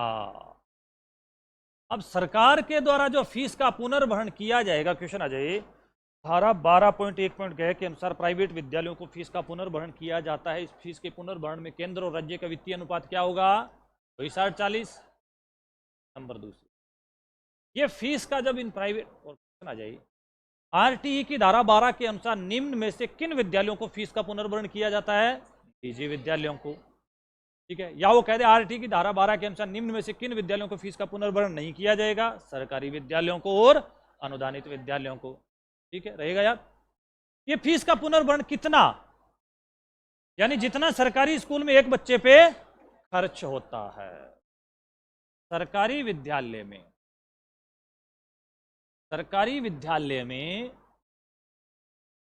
प्रति बालक सरकारी विद्यालय में प्रति बालक होने वाले व्यय के अनुसार, ये ध्यान रखना कि जब प्राइवेट विद्यालयों को फीस का पुनर्भरण किया जाता है तो उसका स्टैंडर्ड क्या तय किया गया है कि एक हमारे सरकारी स्कूल में जो पढ़ने वाला बच्चा होता है उस पर कितना पैसा खर्च हो रहा है, उस जो खर्च पैसा हो रहा है उसके अनुसार हम उसका एक एवरेज निकालते हैं, उस औसत के अनुसार फिर हम प्राइवेट विद्यालयों को उतना रियम्बर्समेंट कर देते। अब जब ये रियम्बर्समेंट किया जाता है तो मैंने आपको पहले भी बताया था कि मान लीजिए ये एक स्कूल है और ये एक दूसरा स्कूल। ये जो ए स्कूल है, इस स्कूल की खुद की जो फीस है वो है 20,000। ये एक बी स्कूल है, इसकी जो फीस है वो है 8,000। बच्चों से वो कितनी फीस लेता है, ये सभी बच्चों से कितनी फीस लेता है, 20,000। हमने कहा कि हमारे सरकारी विद्यालय में प्रति बालक जो खर्चा हो रहा होगा उसके अनुसार हम यहाँ पे उसको पैसा दे देंगे। तो फीस यहाँ पे इस प्रकार से उसकी 20,000 है, और यह मान लीजिए हम सरकारी विद्यालय के अनुसार जो विद्यार्थी पे खर्चा कर रहे हैं वो 13,600 या 17, जो भी कुछ भी। अब इसमें ये कह रहा है कि हम सरकारी स्कूल में एक बच्चे पे एक साल में खर्चा करते हैं 13,670 रुपये का, तो इस स्कूल को हम कितना देंगे, 13,600, यानी उसकी फीस या प्रति बालक खर्चे में से जो न्यूनतम होगा वो दिया जाए। यहाँ पे उस बच्चे की फीस 8,000 और हमारा खर्चा 13,670। इन दोनों में जो न्यूनतम है, तो न्यूनतम क्या है, तो 8,000, तो उस स्थिति में उसको क्या देंगे, 8,000। यहां पे ध्यान रखना ये जो फीस होती है ये होता है नॉन आरटी, यानी 75%। ये जो फीस होती है वो होती है 25%। तो वो 75% बच्चों से चाहे फीस ये लेता होगा, लेकिन हम जो 25% के लिए जो फीस देंगे वो कौन सी देंगे, 13,000। यहां पे वो 75% जो बच्चों से फीस ले रहा है तो वो यदि कम है तो फिर हम ज्यादा क्यों दें, हम तो फिर बाद में हम भी क्या देंगे, कम वाली ही देंगे। यानी उसको कितनी देंगे, इसका मतलब उस स्कूल की जो निर्धारित फीस या प्रति बालक होने वाली फीस में से जो कम होगी वो दी जाएगी। ये अगला ऑप्शन आता है, तो इसका मतलब ये सरकारी विद्यालय में प्रति बालक होने वाले व्यय के अनुसार दी जाती है, लेकिन यदि विद्यालय की फीस उससे कम होगी तो हम विद्यालय की फीस के अनुसार ही उसका रियम्बर्समेंट करेंगे। यह है धारा नंबर 12 पॉइंट का क्या है। और लास्ट में इसने ये भी कहा है, 2 नंबर लास्ट में इसने ये भी कहा है कि प्रत्येक विद्यालय को, धारा 12 में कहते हैं कि प्रत्येक विद्यालय को अपनी सूचना जो है, इंफॉर्मेशन जो है वो उपलब्ध करवानी। यानी राज्य सरकार, केंद्र सरकार, स्थानीय प्राधिकारी को जब भी स्कूलों की इंफॉर्मेशन चाहिए होगी तब इंफॉर्मेशन उस स्कूल को उपलब्ध करवाना जरूरी, सूचना उपलब्ध कर।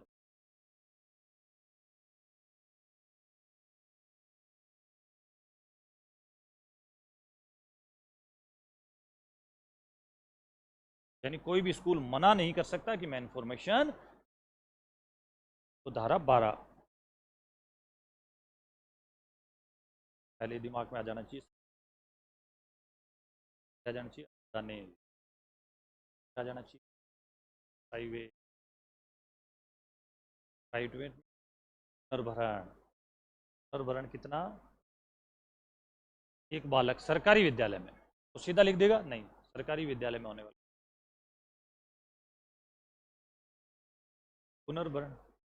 हाँ, पुनर्भरण में भी सरकार की अगर फीस, पुनर्भरण की राशि कम है तो हम कम देंगे, और विद्यालय की फीस है तो डाल देंगे। लास्ट है उपलब्ध करानी है, धारा नंबर 12 सही गया। केवीएस में क्या, हाँ, आरटी के तहत प्रवेश होता है ना केवीएस में, इसमें 25%।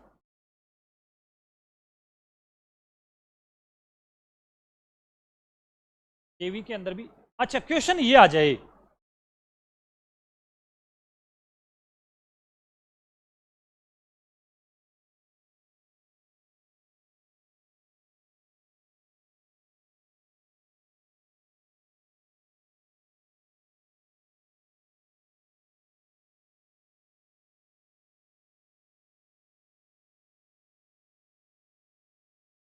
जैसे 14 आयु के अनुसार प्रवेश तो दिया जाता है सरकारी विद्यालयों में, निजी विद्यालयों में सब पे आयु के अनुसार प्रवेश नहीं होगा। हाँ, मैं समझ गया आपकी बात। आप ये कह रहे हो हमारे सरकारी विद्यालयों में,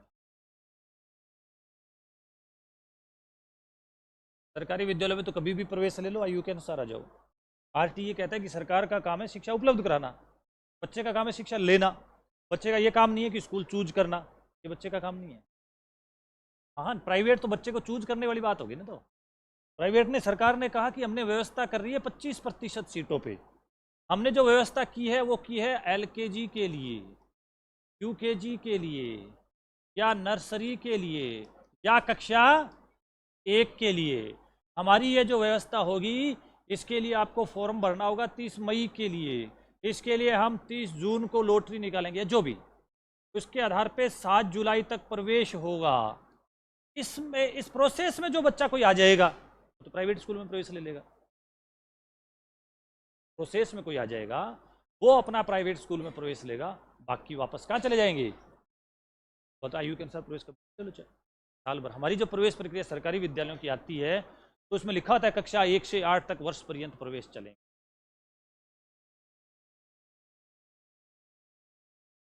नहीं, बीच में पहले से है, मेन कानून में भी लिखा हुआ है। कुछ कुछ राज्य फॉलो करते हैं। हाँ, ये एक बड़ी इंटरेस्टिंग बात है, ध्यान से सुनना भाई।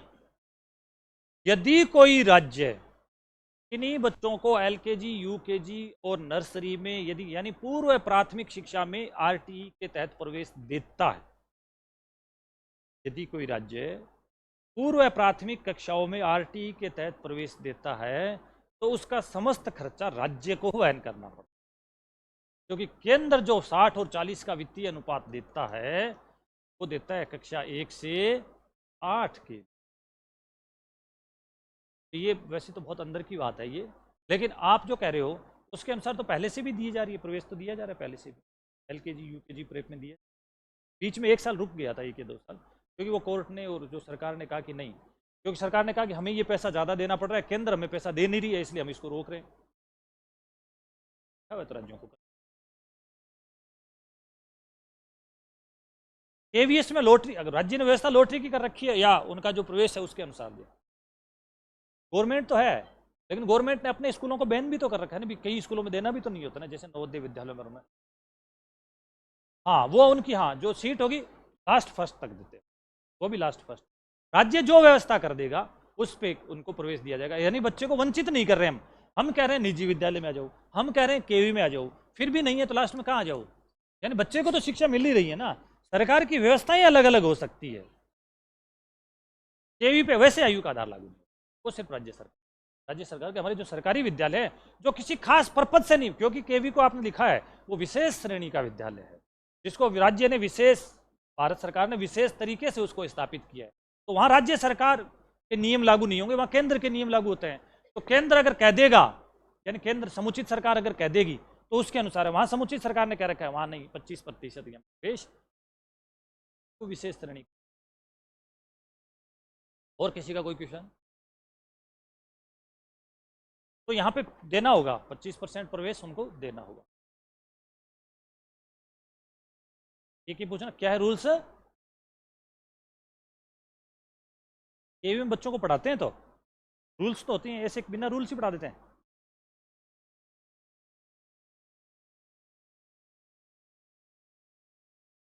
कैसे? हाँ, वो तो कैटेगरी डिफाइन होगी उनकी, कैटेगरी डिफाइन होती है, जो आय है वो डिफाइन होती है। वो तो मैं यही तो कह रहा था, प्रवेश जब आरटी के तहत दिया जाता है विशेष इन स्कूलों में, आप मान के चलो सरकारी स्कूलों में तो हम कुछ नहीं दे, हम तो कह रहे हैं 6 से 14 वर्ष का बच्चा आ जाए पढ़ ले, लेकिन जब निजी विद्यालयों में, केंद्रीय विद्यालयों में, वहां कौन बच्चा इसमें एलिजिबल होगा? दुर्बल वर्ग का बच्चा या असुविधाग्रस्त समूह का बालक, उनको ही प्रवेश प्राथमिकता से दिया जाता है। वो वर्ग नहीं मिलता है तो दूसरे बच्चों को प्रवेश दिया जाता है। एक चीज इंटरेस्टिंग सुनिए, राजस्थान में जितने प्राइवेट स्कूल है उनमें से 20 में से 22,000 स्कूलों में एक भी बच्चा प्रवेश, राजस्थान के जितने प्राइवेट स्कूल है उनमें से 20 से 22,000 स्कूलों में कहता ही नहीं कि मैं देते ही नहीं। वो छोटे छोटे स्कूल है, बच्चों की इससे बड़ी हमारा सरकारी स्कूल। ये तो बहुत सारे जो शहर के जो अच्छे स्कूल है उन्हीं में मारामारी रहती है। नहीं नहीं, आजकल ऑनलाइन है सब। कैसे? वो स्कूल कितना भी एक्सपेंसिव हो, कोई सा भी हो, निर्जा मोदी वो कहते मेरे बच्चों की फीस 1,40,000, हम कहेंगे ये ले 13,670। हमारी तो फीस ये है ना। निर्जा मोदी होगा अपनी जगह।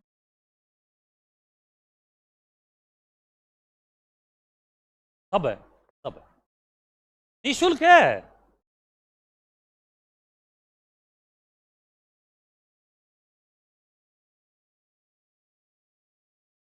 पुनर्भरण राज्य सरकार करती है। नहीं नहीं, राज्य सरकार 3 साल बैन कर लेगी ना एलकेजी। फिर तो केंद्र वाला आ गया, तो पहले से तो दे ही रहे ना, पहले से तो दे रहा है। केंद्र ये कहता है भी आप अपने राज्य की व्यवस्था में एलकेजी यूकेजी प्रेप का आप दे लो। हाँ, अतिरिक्त वाला जो 3 साल हो, बाकी पहली के बाद तो वो दे ही रहा है, समग्र शिक्षा में आ ही रहा है। फीस किनकी?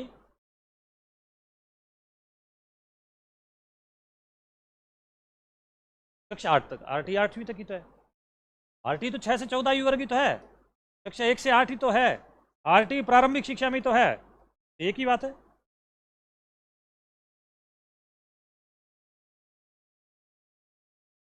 हाँ हाँ, वो पहली वाली स्कूल से रद्द हो जाएगा। दूसरी में एंट्री क्लास, दूसरी है ही नहीं, एंट्री क्लास तो पहली तक है। क्यों होगा? वो पहली में पढ़ के आ गया ना, फिर कहाँ लेगा वो एडमिशन? सेकंड में लेगा ना एडमिशन, पहले तो पढ़ ली ना उसने। आरटी में सारी चीजें तो आजकल तो ऑनलाइन है, सब बच्चे पकड़ में आ जाते हैं एंट्री डालते ही। और अभी तो अपार आईडी बन रही है ना बच्चों की। अपार आईडी कितने डिजिट की है आपके जिक्की में? अजय 11 की 12 की? 11 का तो यूडाइस है। तो अपार आईडी हर बच्चे का एक यूनिक आईडी होगी, जो पहला बच्चा जिस दिन से स्कूल गया है और जिस दिन स्कूल छोड़ेगा उसका पूरा का एजुकेशनल हिस्ट्री है वो अपार आईडी, पूरा का पूरा हिस्ट्री। तो ये है आपकी धारा नंबर 12, याद रहेगी। चल तो धारा नंबर 13 पे, ये वेरी इंपॉर्टेंट धारा, धारा नंबर 13 क्या है? धारा नंबर 13 में यानी प्रति व्यक्ति फीस, प्रति व्यक्ति फीस व अनुवीक्षण प्रक्रिया,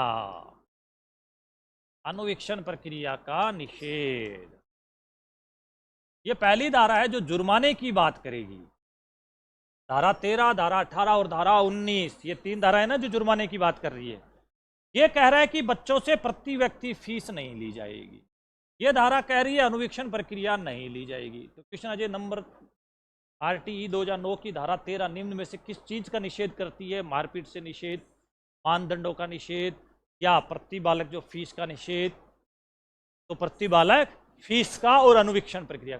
यानी यहाँ पे दो बात है कि ना तो बच्चे से आप जब प्रवेश लेंगे तो प्रवेश के समय उसको किसी भी प्रकार का कोई एक्स्ट्रा फीस, दान राशि, डोनेशन नहीं लोगे, और दूसरा जब बच्चों को फीस दोगे तो किसी भी प्रकार की स्क्रीनिंग या कोई किसी भी प्रकार का इंटरव्यू या कोई टेस्ट नहीं दोगे। यदि कोई व्यक्ति प्रति व्यक्ति फीस और अनुवीक्षण प्रक्रिया का उल्लंघन करता है तो, उल्लंघन करता है तो जुर्माना।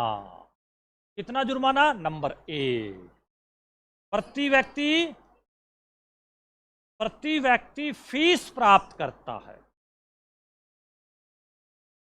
तो किसका 10 गुना? प्रवेश शुल्क का, प्रवेश शुल्क का 10 गुना। ये विशेष तौर तक। हाँ, क्या आपसे वैसे पूछ दोबारा भी में आया हुआ है क्वेश्चन है। ये 10 गुना है, 10% नहीं है, ध्यान रखना। 10% भी आपको ऑप्शन में, पहले जब आया था तब उसने ऐसा ऑप्शन में प्रति व्यक्ति फीस के हिसाब से, यानी वो एक्स्ट्रा फीस या किसी भी प्रकार की धनराशि दान या डोनेशन लेता है तो उस विद्यालय ने जो भी प्रवेश शुल्क निर्धारित कर रखा है पहले से, उस प्रवेश शुल्क का 10 गुना तक का उस पर जुर्माना लगाया जाएगा। यदि वो अनुवीक्षण प्रक्रिया लेता है, यदि वो अनुवीक्षण प्रक्रिया लेता है तो जुर्माना प्रथम बार 25,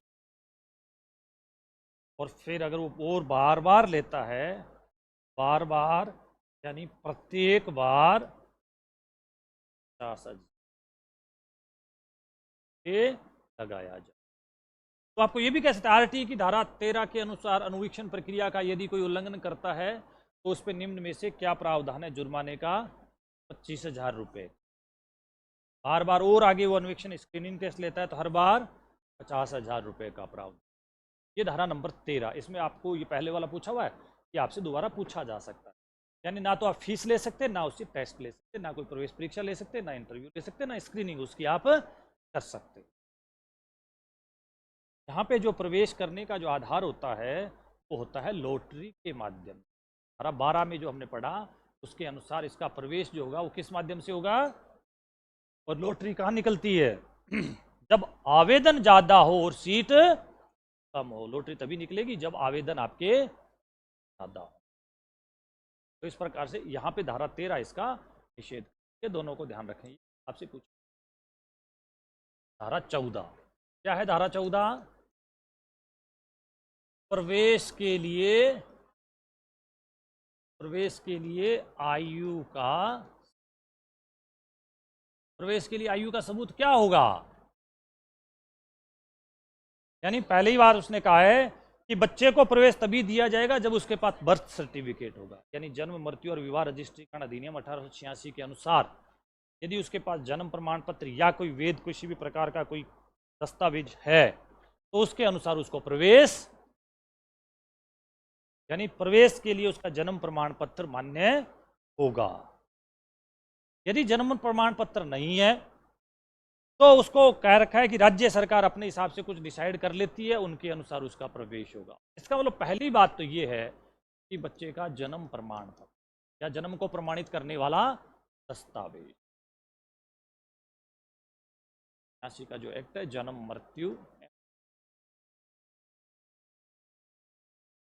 विवाह,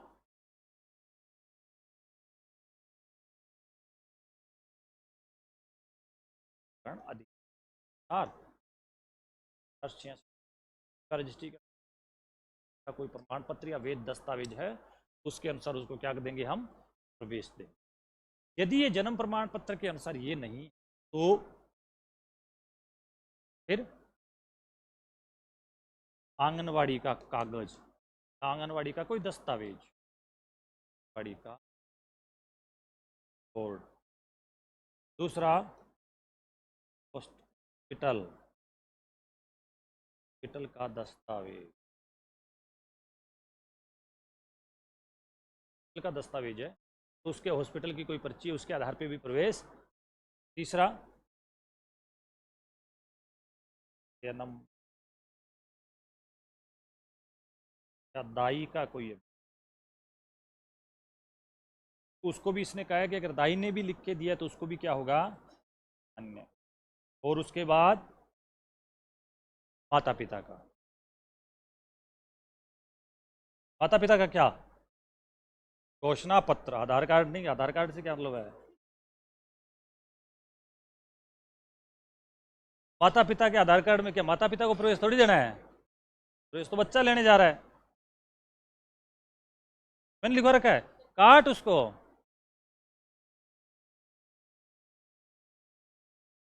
हाँ हाँ, तो वो बच्चे का ही होगा, माता पिता के आधार उसका क्या मतलब है? तो ये इस प्रकार के दस्तावेज उस बच्चे को प्रवेश के लिए मान्य होंगे, लेकिन इतने नहीं है तो भी प्रवेश दिया जाएगा, यानी बच्चा तो पढ़ेगा। अगर ये नहीं है, वो कहते सर मैं तो कुछ नहीं हूं, मैं ही हूं, मैं देख लो कौन सी कक्षा में बैठ सकता हूं, बैठा दो मेरे को। दोस्तों दया करो, मैं पढ़ने आया हूं।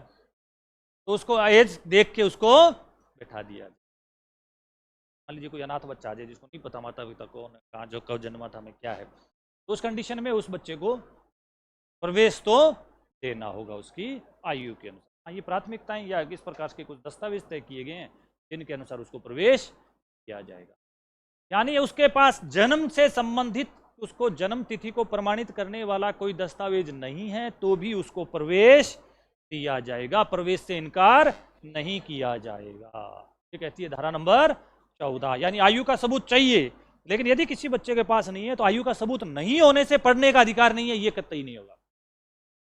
नहीं है, कोई बात नहीं, उसको आप उसके जिसके हिसाब से आपको एज लग रही है के अनुसार आप उसको, यानी उसका सीधा जन्म प्रमाण पत्र नहीं है तो इनमें से कोई सा भी कागज ले आओ, ये भी नहीं है तो फिर एज को देखते हुए उसको, यानी किसी भी प्रकार का प्रमाण पत्र नहीं होने से उसको शिक्षा से वंचित नहीं किया। ये थी धारा नंबर 14। धारा नंबर 15 क्या है? धारा नंबर 15 में आएगा यानी बच्चे को प्रवेश कब दें। बच्चे का जो प्रवेश होगा, वही धारा 15 ये कह रही है, तो बच्चे को प्रवेश विद्यालयों में दिया जाता है। विद्यालयों में जो प्रवेश दिया जाएगा, विद्यालयों में प्रवेश या उसकी विस्तारित अवधि जो होगी, ये कह रहा है कि जब भी हम स्कूलों में प्रवेश देते हैं, धारा 15 के अनुसार जब भी हम प्रवेश देते हैं तो शैक्षणिक सत्र के शुरुआत में देते हैं। इसमें शैक्षणिक सत्र की शुरुआत में प्रवेश।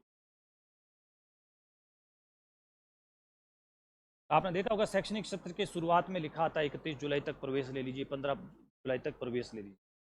जब हम शैक्षणिक सत्र के शुरुआत में जब प्रवेश देते हैं और कोई बच्चा मान लीजिए नहीं आया, तब हम कह रहे हैं कि उसको शैक्षणिक सत्र के बाद हम जो भी विस्तारित अवधि है, यानी हम जब भी डेट एक्सटेंड करके उसको कहेंगे विस्तारित अवधि में प्रवेश दिया जाएगा। इस अवधि में विस्तारित अवधि में प्रवेश दिया, कहा गया कि विस्तारित अवधि 6 महीने तक की हो सकती है। कितने महीने तक की? नहीं लिखा है तो लिख लो, कब तक की हो सकती है? 6 महीने तक की लिखा हुआ है, 6 महीने तक की, यानी 30 सितंबर तक की ये डेट हो सकती है।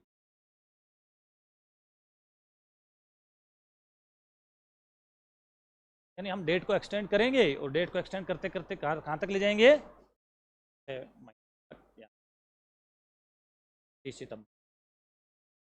ये कह रहा है कि शैक्षणिक सत्र के बाद और विस्तारित अवधि के बाद भी कोई बच्चा आता है तो भी प्रवेश से इनकार नहीं किया जाएगा। यानी विस्तारित अवधि के पश्चात भी प्रवेश किया जाएगा।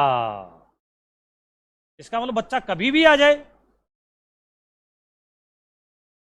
हाँ, परीक्षा के समय कहते तो परीक्षा से पहले दिन आ सकता है, कोई मना ही नहीं है। इसका मतलब ये कहा कि पहली प्रायोरिटी ये थी कि हम शुरुआत में शैक्षणिक सत्र जब शुरू होगा तब उसको प्रवेश देंगे।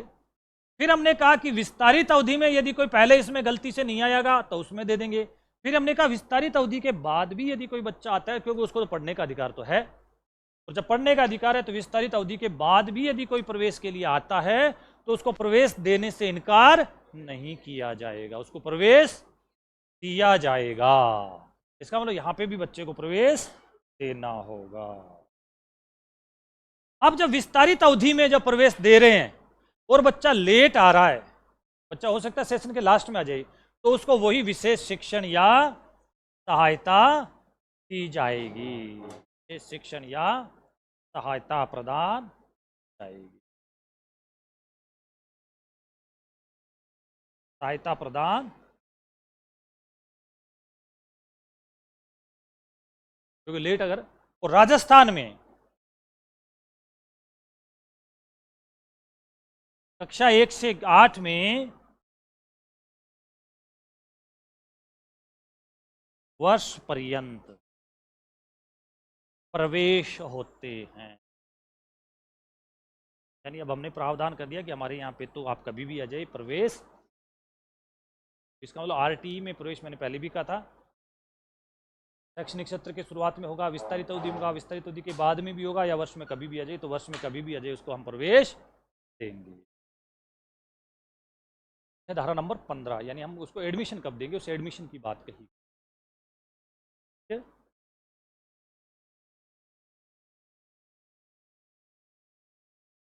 नेक्स्ट चलें।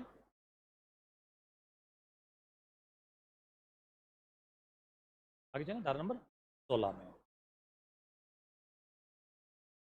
16 क्या है धारा नंबर 16?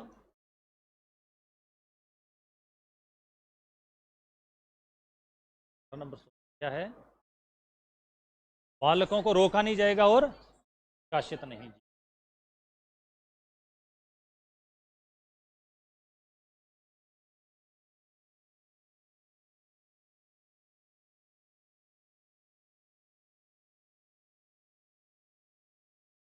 प्रति यानी बच्चे को ना तो किसी कक्षा में रोका जाएगा और ना ही उसको स्कूल से निष्कासित किया जाएगा। धारा को वेरी वेरी वेरी इंपॉर्टेंट लगा लो। बालकों को रोका नहीं जाएगा। रोका नहीं जाएगा मतलब बच्चों को कक्षा 8 तक किसी भी कक्षा में रोका नहीं जाएगा, यानी किसी कारण से उनको फेल नहीं किया जाएगा, नंबर 1। और प्रारंभिक शिक्षा पूरी करने तक उनको किसी भी कक्षा से निष्कासित भी नहीं किया जाएगा। यानी धारा ये 16 ये कह रही है कि किसी भी बच्चे को ना तो हम फेल करेंगे और ना ही हम उसको रोकेंगे और ना ही हम उस बच्चे को निष्कासित करेंगे। ये तो मूल धारा थी। धारा नंबर 16 क्या थी कि मूल धारा में ये कहा था कि बच्चे को हम किसी कक्षा में नहीं रोकेंगे, यानी जो डिटेंशन पॉलिसी वाली थी कि हम बच्चे को इतना अच्छे क्वालिटी से पढ़ाएंगे कि बच्चा अपने आप ही अगली कक्षा में जाता जाएगा, किसी कक्षा में वो नहीं रुकेगा। लेकिन इसमें संशोधन हुआ। कब? क्या संशोधन हुआ? बहुत इंपॉर्टेंट है।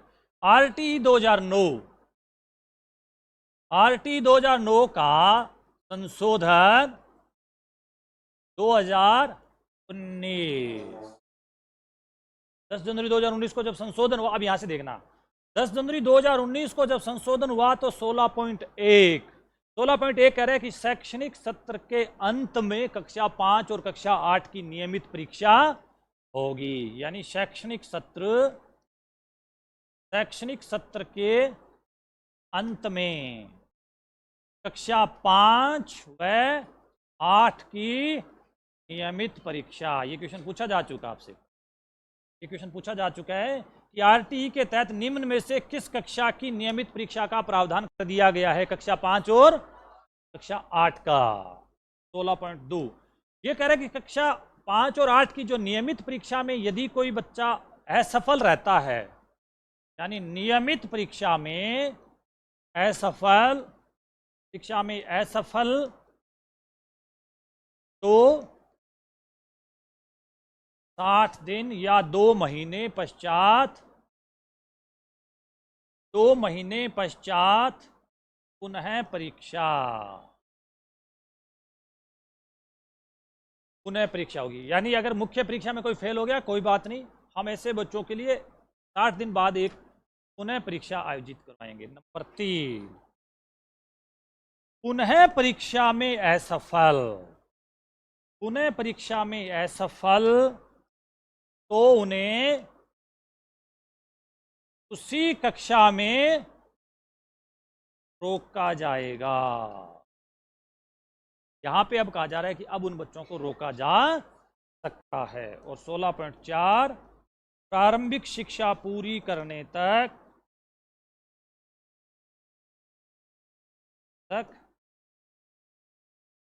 निष्कासित नहीं किया जाएगा। एक बार क्वेश्चन है आपकी, आरटीई की निम्न में से किस धारा के अंदर संशोधन किया गया है? उन धाराओं का नाम था, उनमें धारा नंबर 16, धारा कौन सी थी? 16। इस बार कह दे कि आरटीई 2009 में संशोधन 2019 के अनुसार निम्न में से किस धारा में संशोधन किया गया है? धारा 16 में। लेकिन वो इतना इजी नहीं पूछेगा, वो कहेगा कि आरटीई 2009 के अनुसार 2019 में एक संशोधन किया गया, निम्न में से संशोधन का प्रावधान नहीं है। तो पहला प्रावधान क्या है कि एक तो नियमित परीक्षा लेंगे 5वीं और 8वीं की, पहला प्रावधान। दूसरा प्रावधान है कि 5वीं और 8वीं की जब नियमित परीक्षा होगी, उसमें यदि कोई असफल हो जाएगा तो उसका 2 महीने या 60 दिन बाद पुनः परीक्षा लेंगे। पुनः परीक्षा में भी यदि कोई असफल हो जाता है तो उसको उसी कक्षा में रोक दिया जाएगा। और 16.4 जो पहले भी था, प्रारंभिक शिक्षा पूरी करने तक उसको निष्कासित नहीं किया जाए। वो कहेगा प्रारंभिक शिक्षा के 30 दिन बाद पुनः परीक्षा होगी, तो ये गलत है, 60 दिन या 2 महीने बाद होगी। इसने 2019 का जो संशोधन है वो कह रहा है धारा 16, कौन सी धारा? 16 व 38 में संशोधन। 38 आपके नहीं लिखा होगा, लिख लीजिए।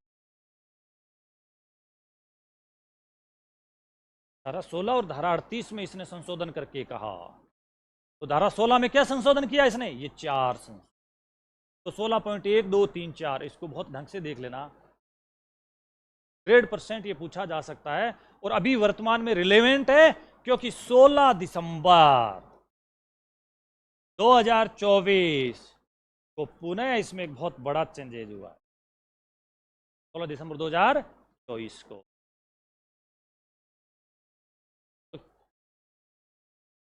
वैसे रिजल्ट से काउंट।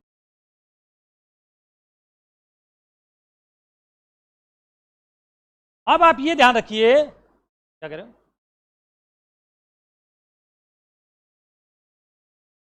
आरटीई का संशोधन 2019 निम्न में से किन धाराओं से जुड़ा हुआ है? धारा 16 व 38। धारा 16 में 4 प्रावधान रहेंगे या चारों, यानी 5वीं 8वीं, ये तो इसने पूछ ही लिया। आरटीई में शैक्षणिक सत्र के अंत में निम्न में से किस कक्षा का नियमित परीक्षा का प्रावधान कर दिया गया है? 5वीं और 8वीं में यदि नियमित परीक्षा में असफल रहता है तो कितने दिन बाद? 60 दिन बाद असफल रहता है तो उसी कक्षा में रोक लेंगे और प्रारंभिक शिक्षा पूरी करने तक निष्कासित नहीं करेंगे। अभी इसमें 16 दिसंबर 2024 को एक संशोधन हुआ है, वो केंद्र सरकार का जो नियम है उस नियम में संशोधन हुआ है। अधिनियम में तो पहले ही हो चुका है संशोधन। हम जैसे हमारा राज्य का नियम आएगा ना 2011 का, राज्य का नियम है ना 2011 का, ऐसे केंद्र का भी तो नियम है, उसमें 2010 वाले नियम में परिवर्तन हुआ है। तो यहाँ पे ध्यान रखना, धारा 16 में तो ये हो गया, धारा 18 में फिर क्या संशोधन है? सॉरी, धारा 38 में। धारा 38 है क्या? यानी राज्य सरकारों को ये शक्तियां दी गई है कि अब आप अपने अनुसार इनके नियम बना लो। तो जब केंद्र ने यहां परिवर्तन किया तो राज्य भी अपने नियमों में धारा 38 के अनुसार परिवर्तन कर ले। यानी राज्य भी तो नियमों में परिवर्तन करेंगे अपने। तो राज्य जब नियमों में परिवर्तन करते हैं तो कौन सी धारा की शक्तियों का उपयोग करते हैं? धारा 38 की शक्तियों का। राज्यों को नियम बनाने की शक्ति दी है धारा नंबर 38 में। तो राज्य धारा 38 की शक्तियों का उपयोग करते हुए भी अपने नियमों में परिवर्तन कर सकते हैं।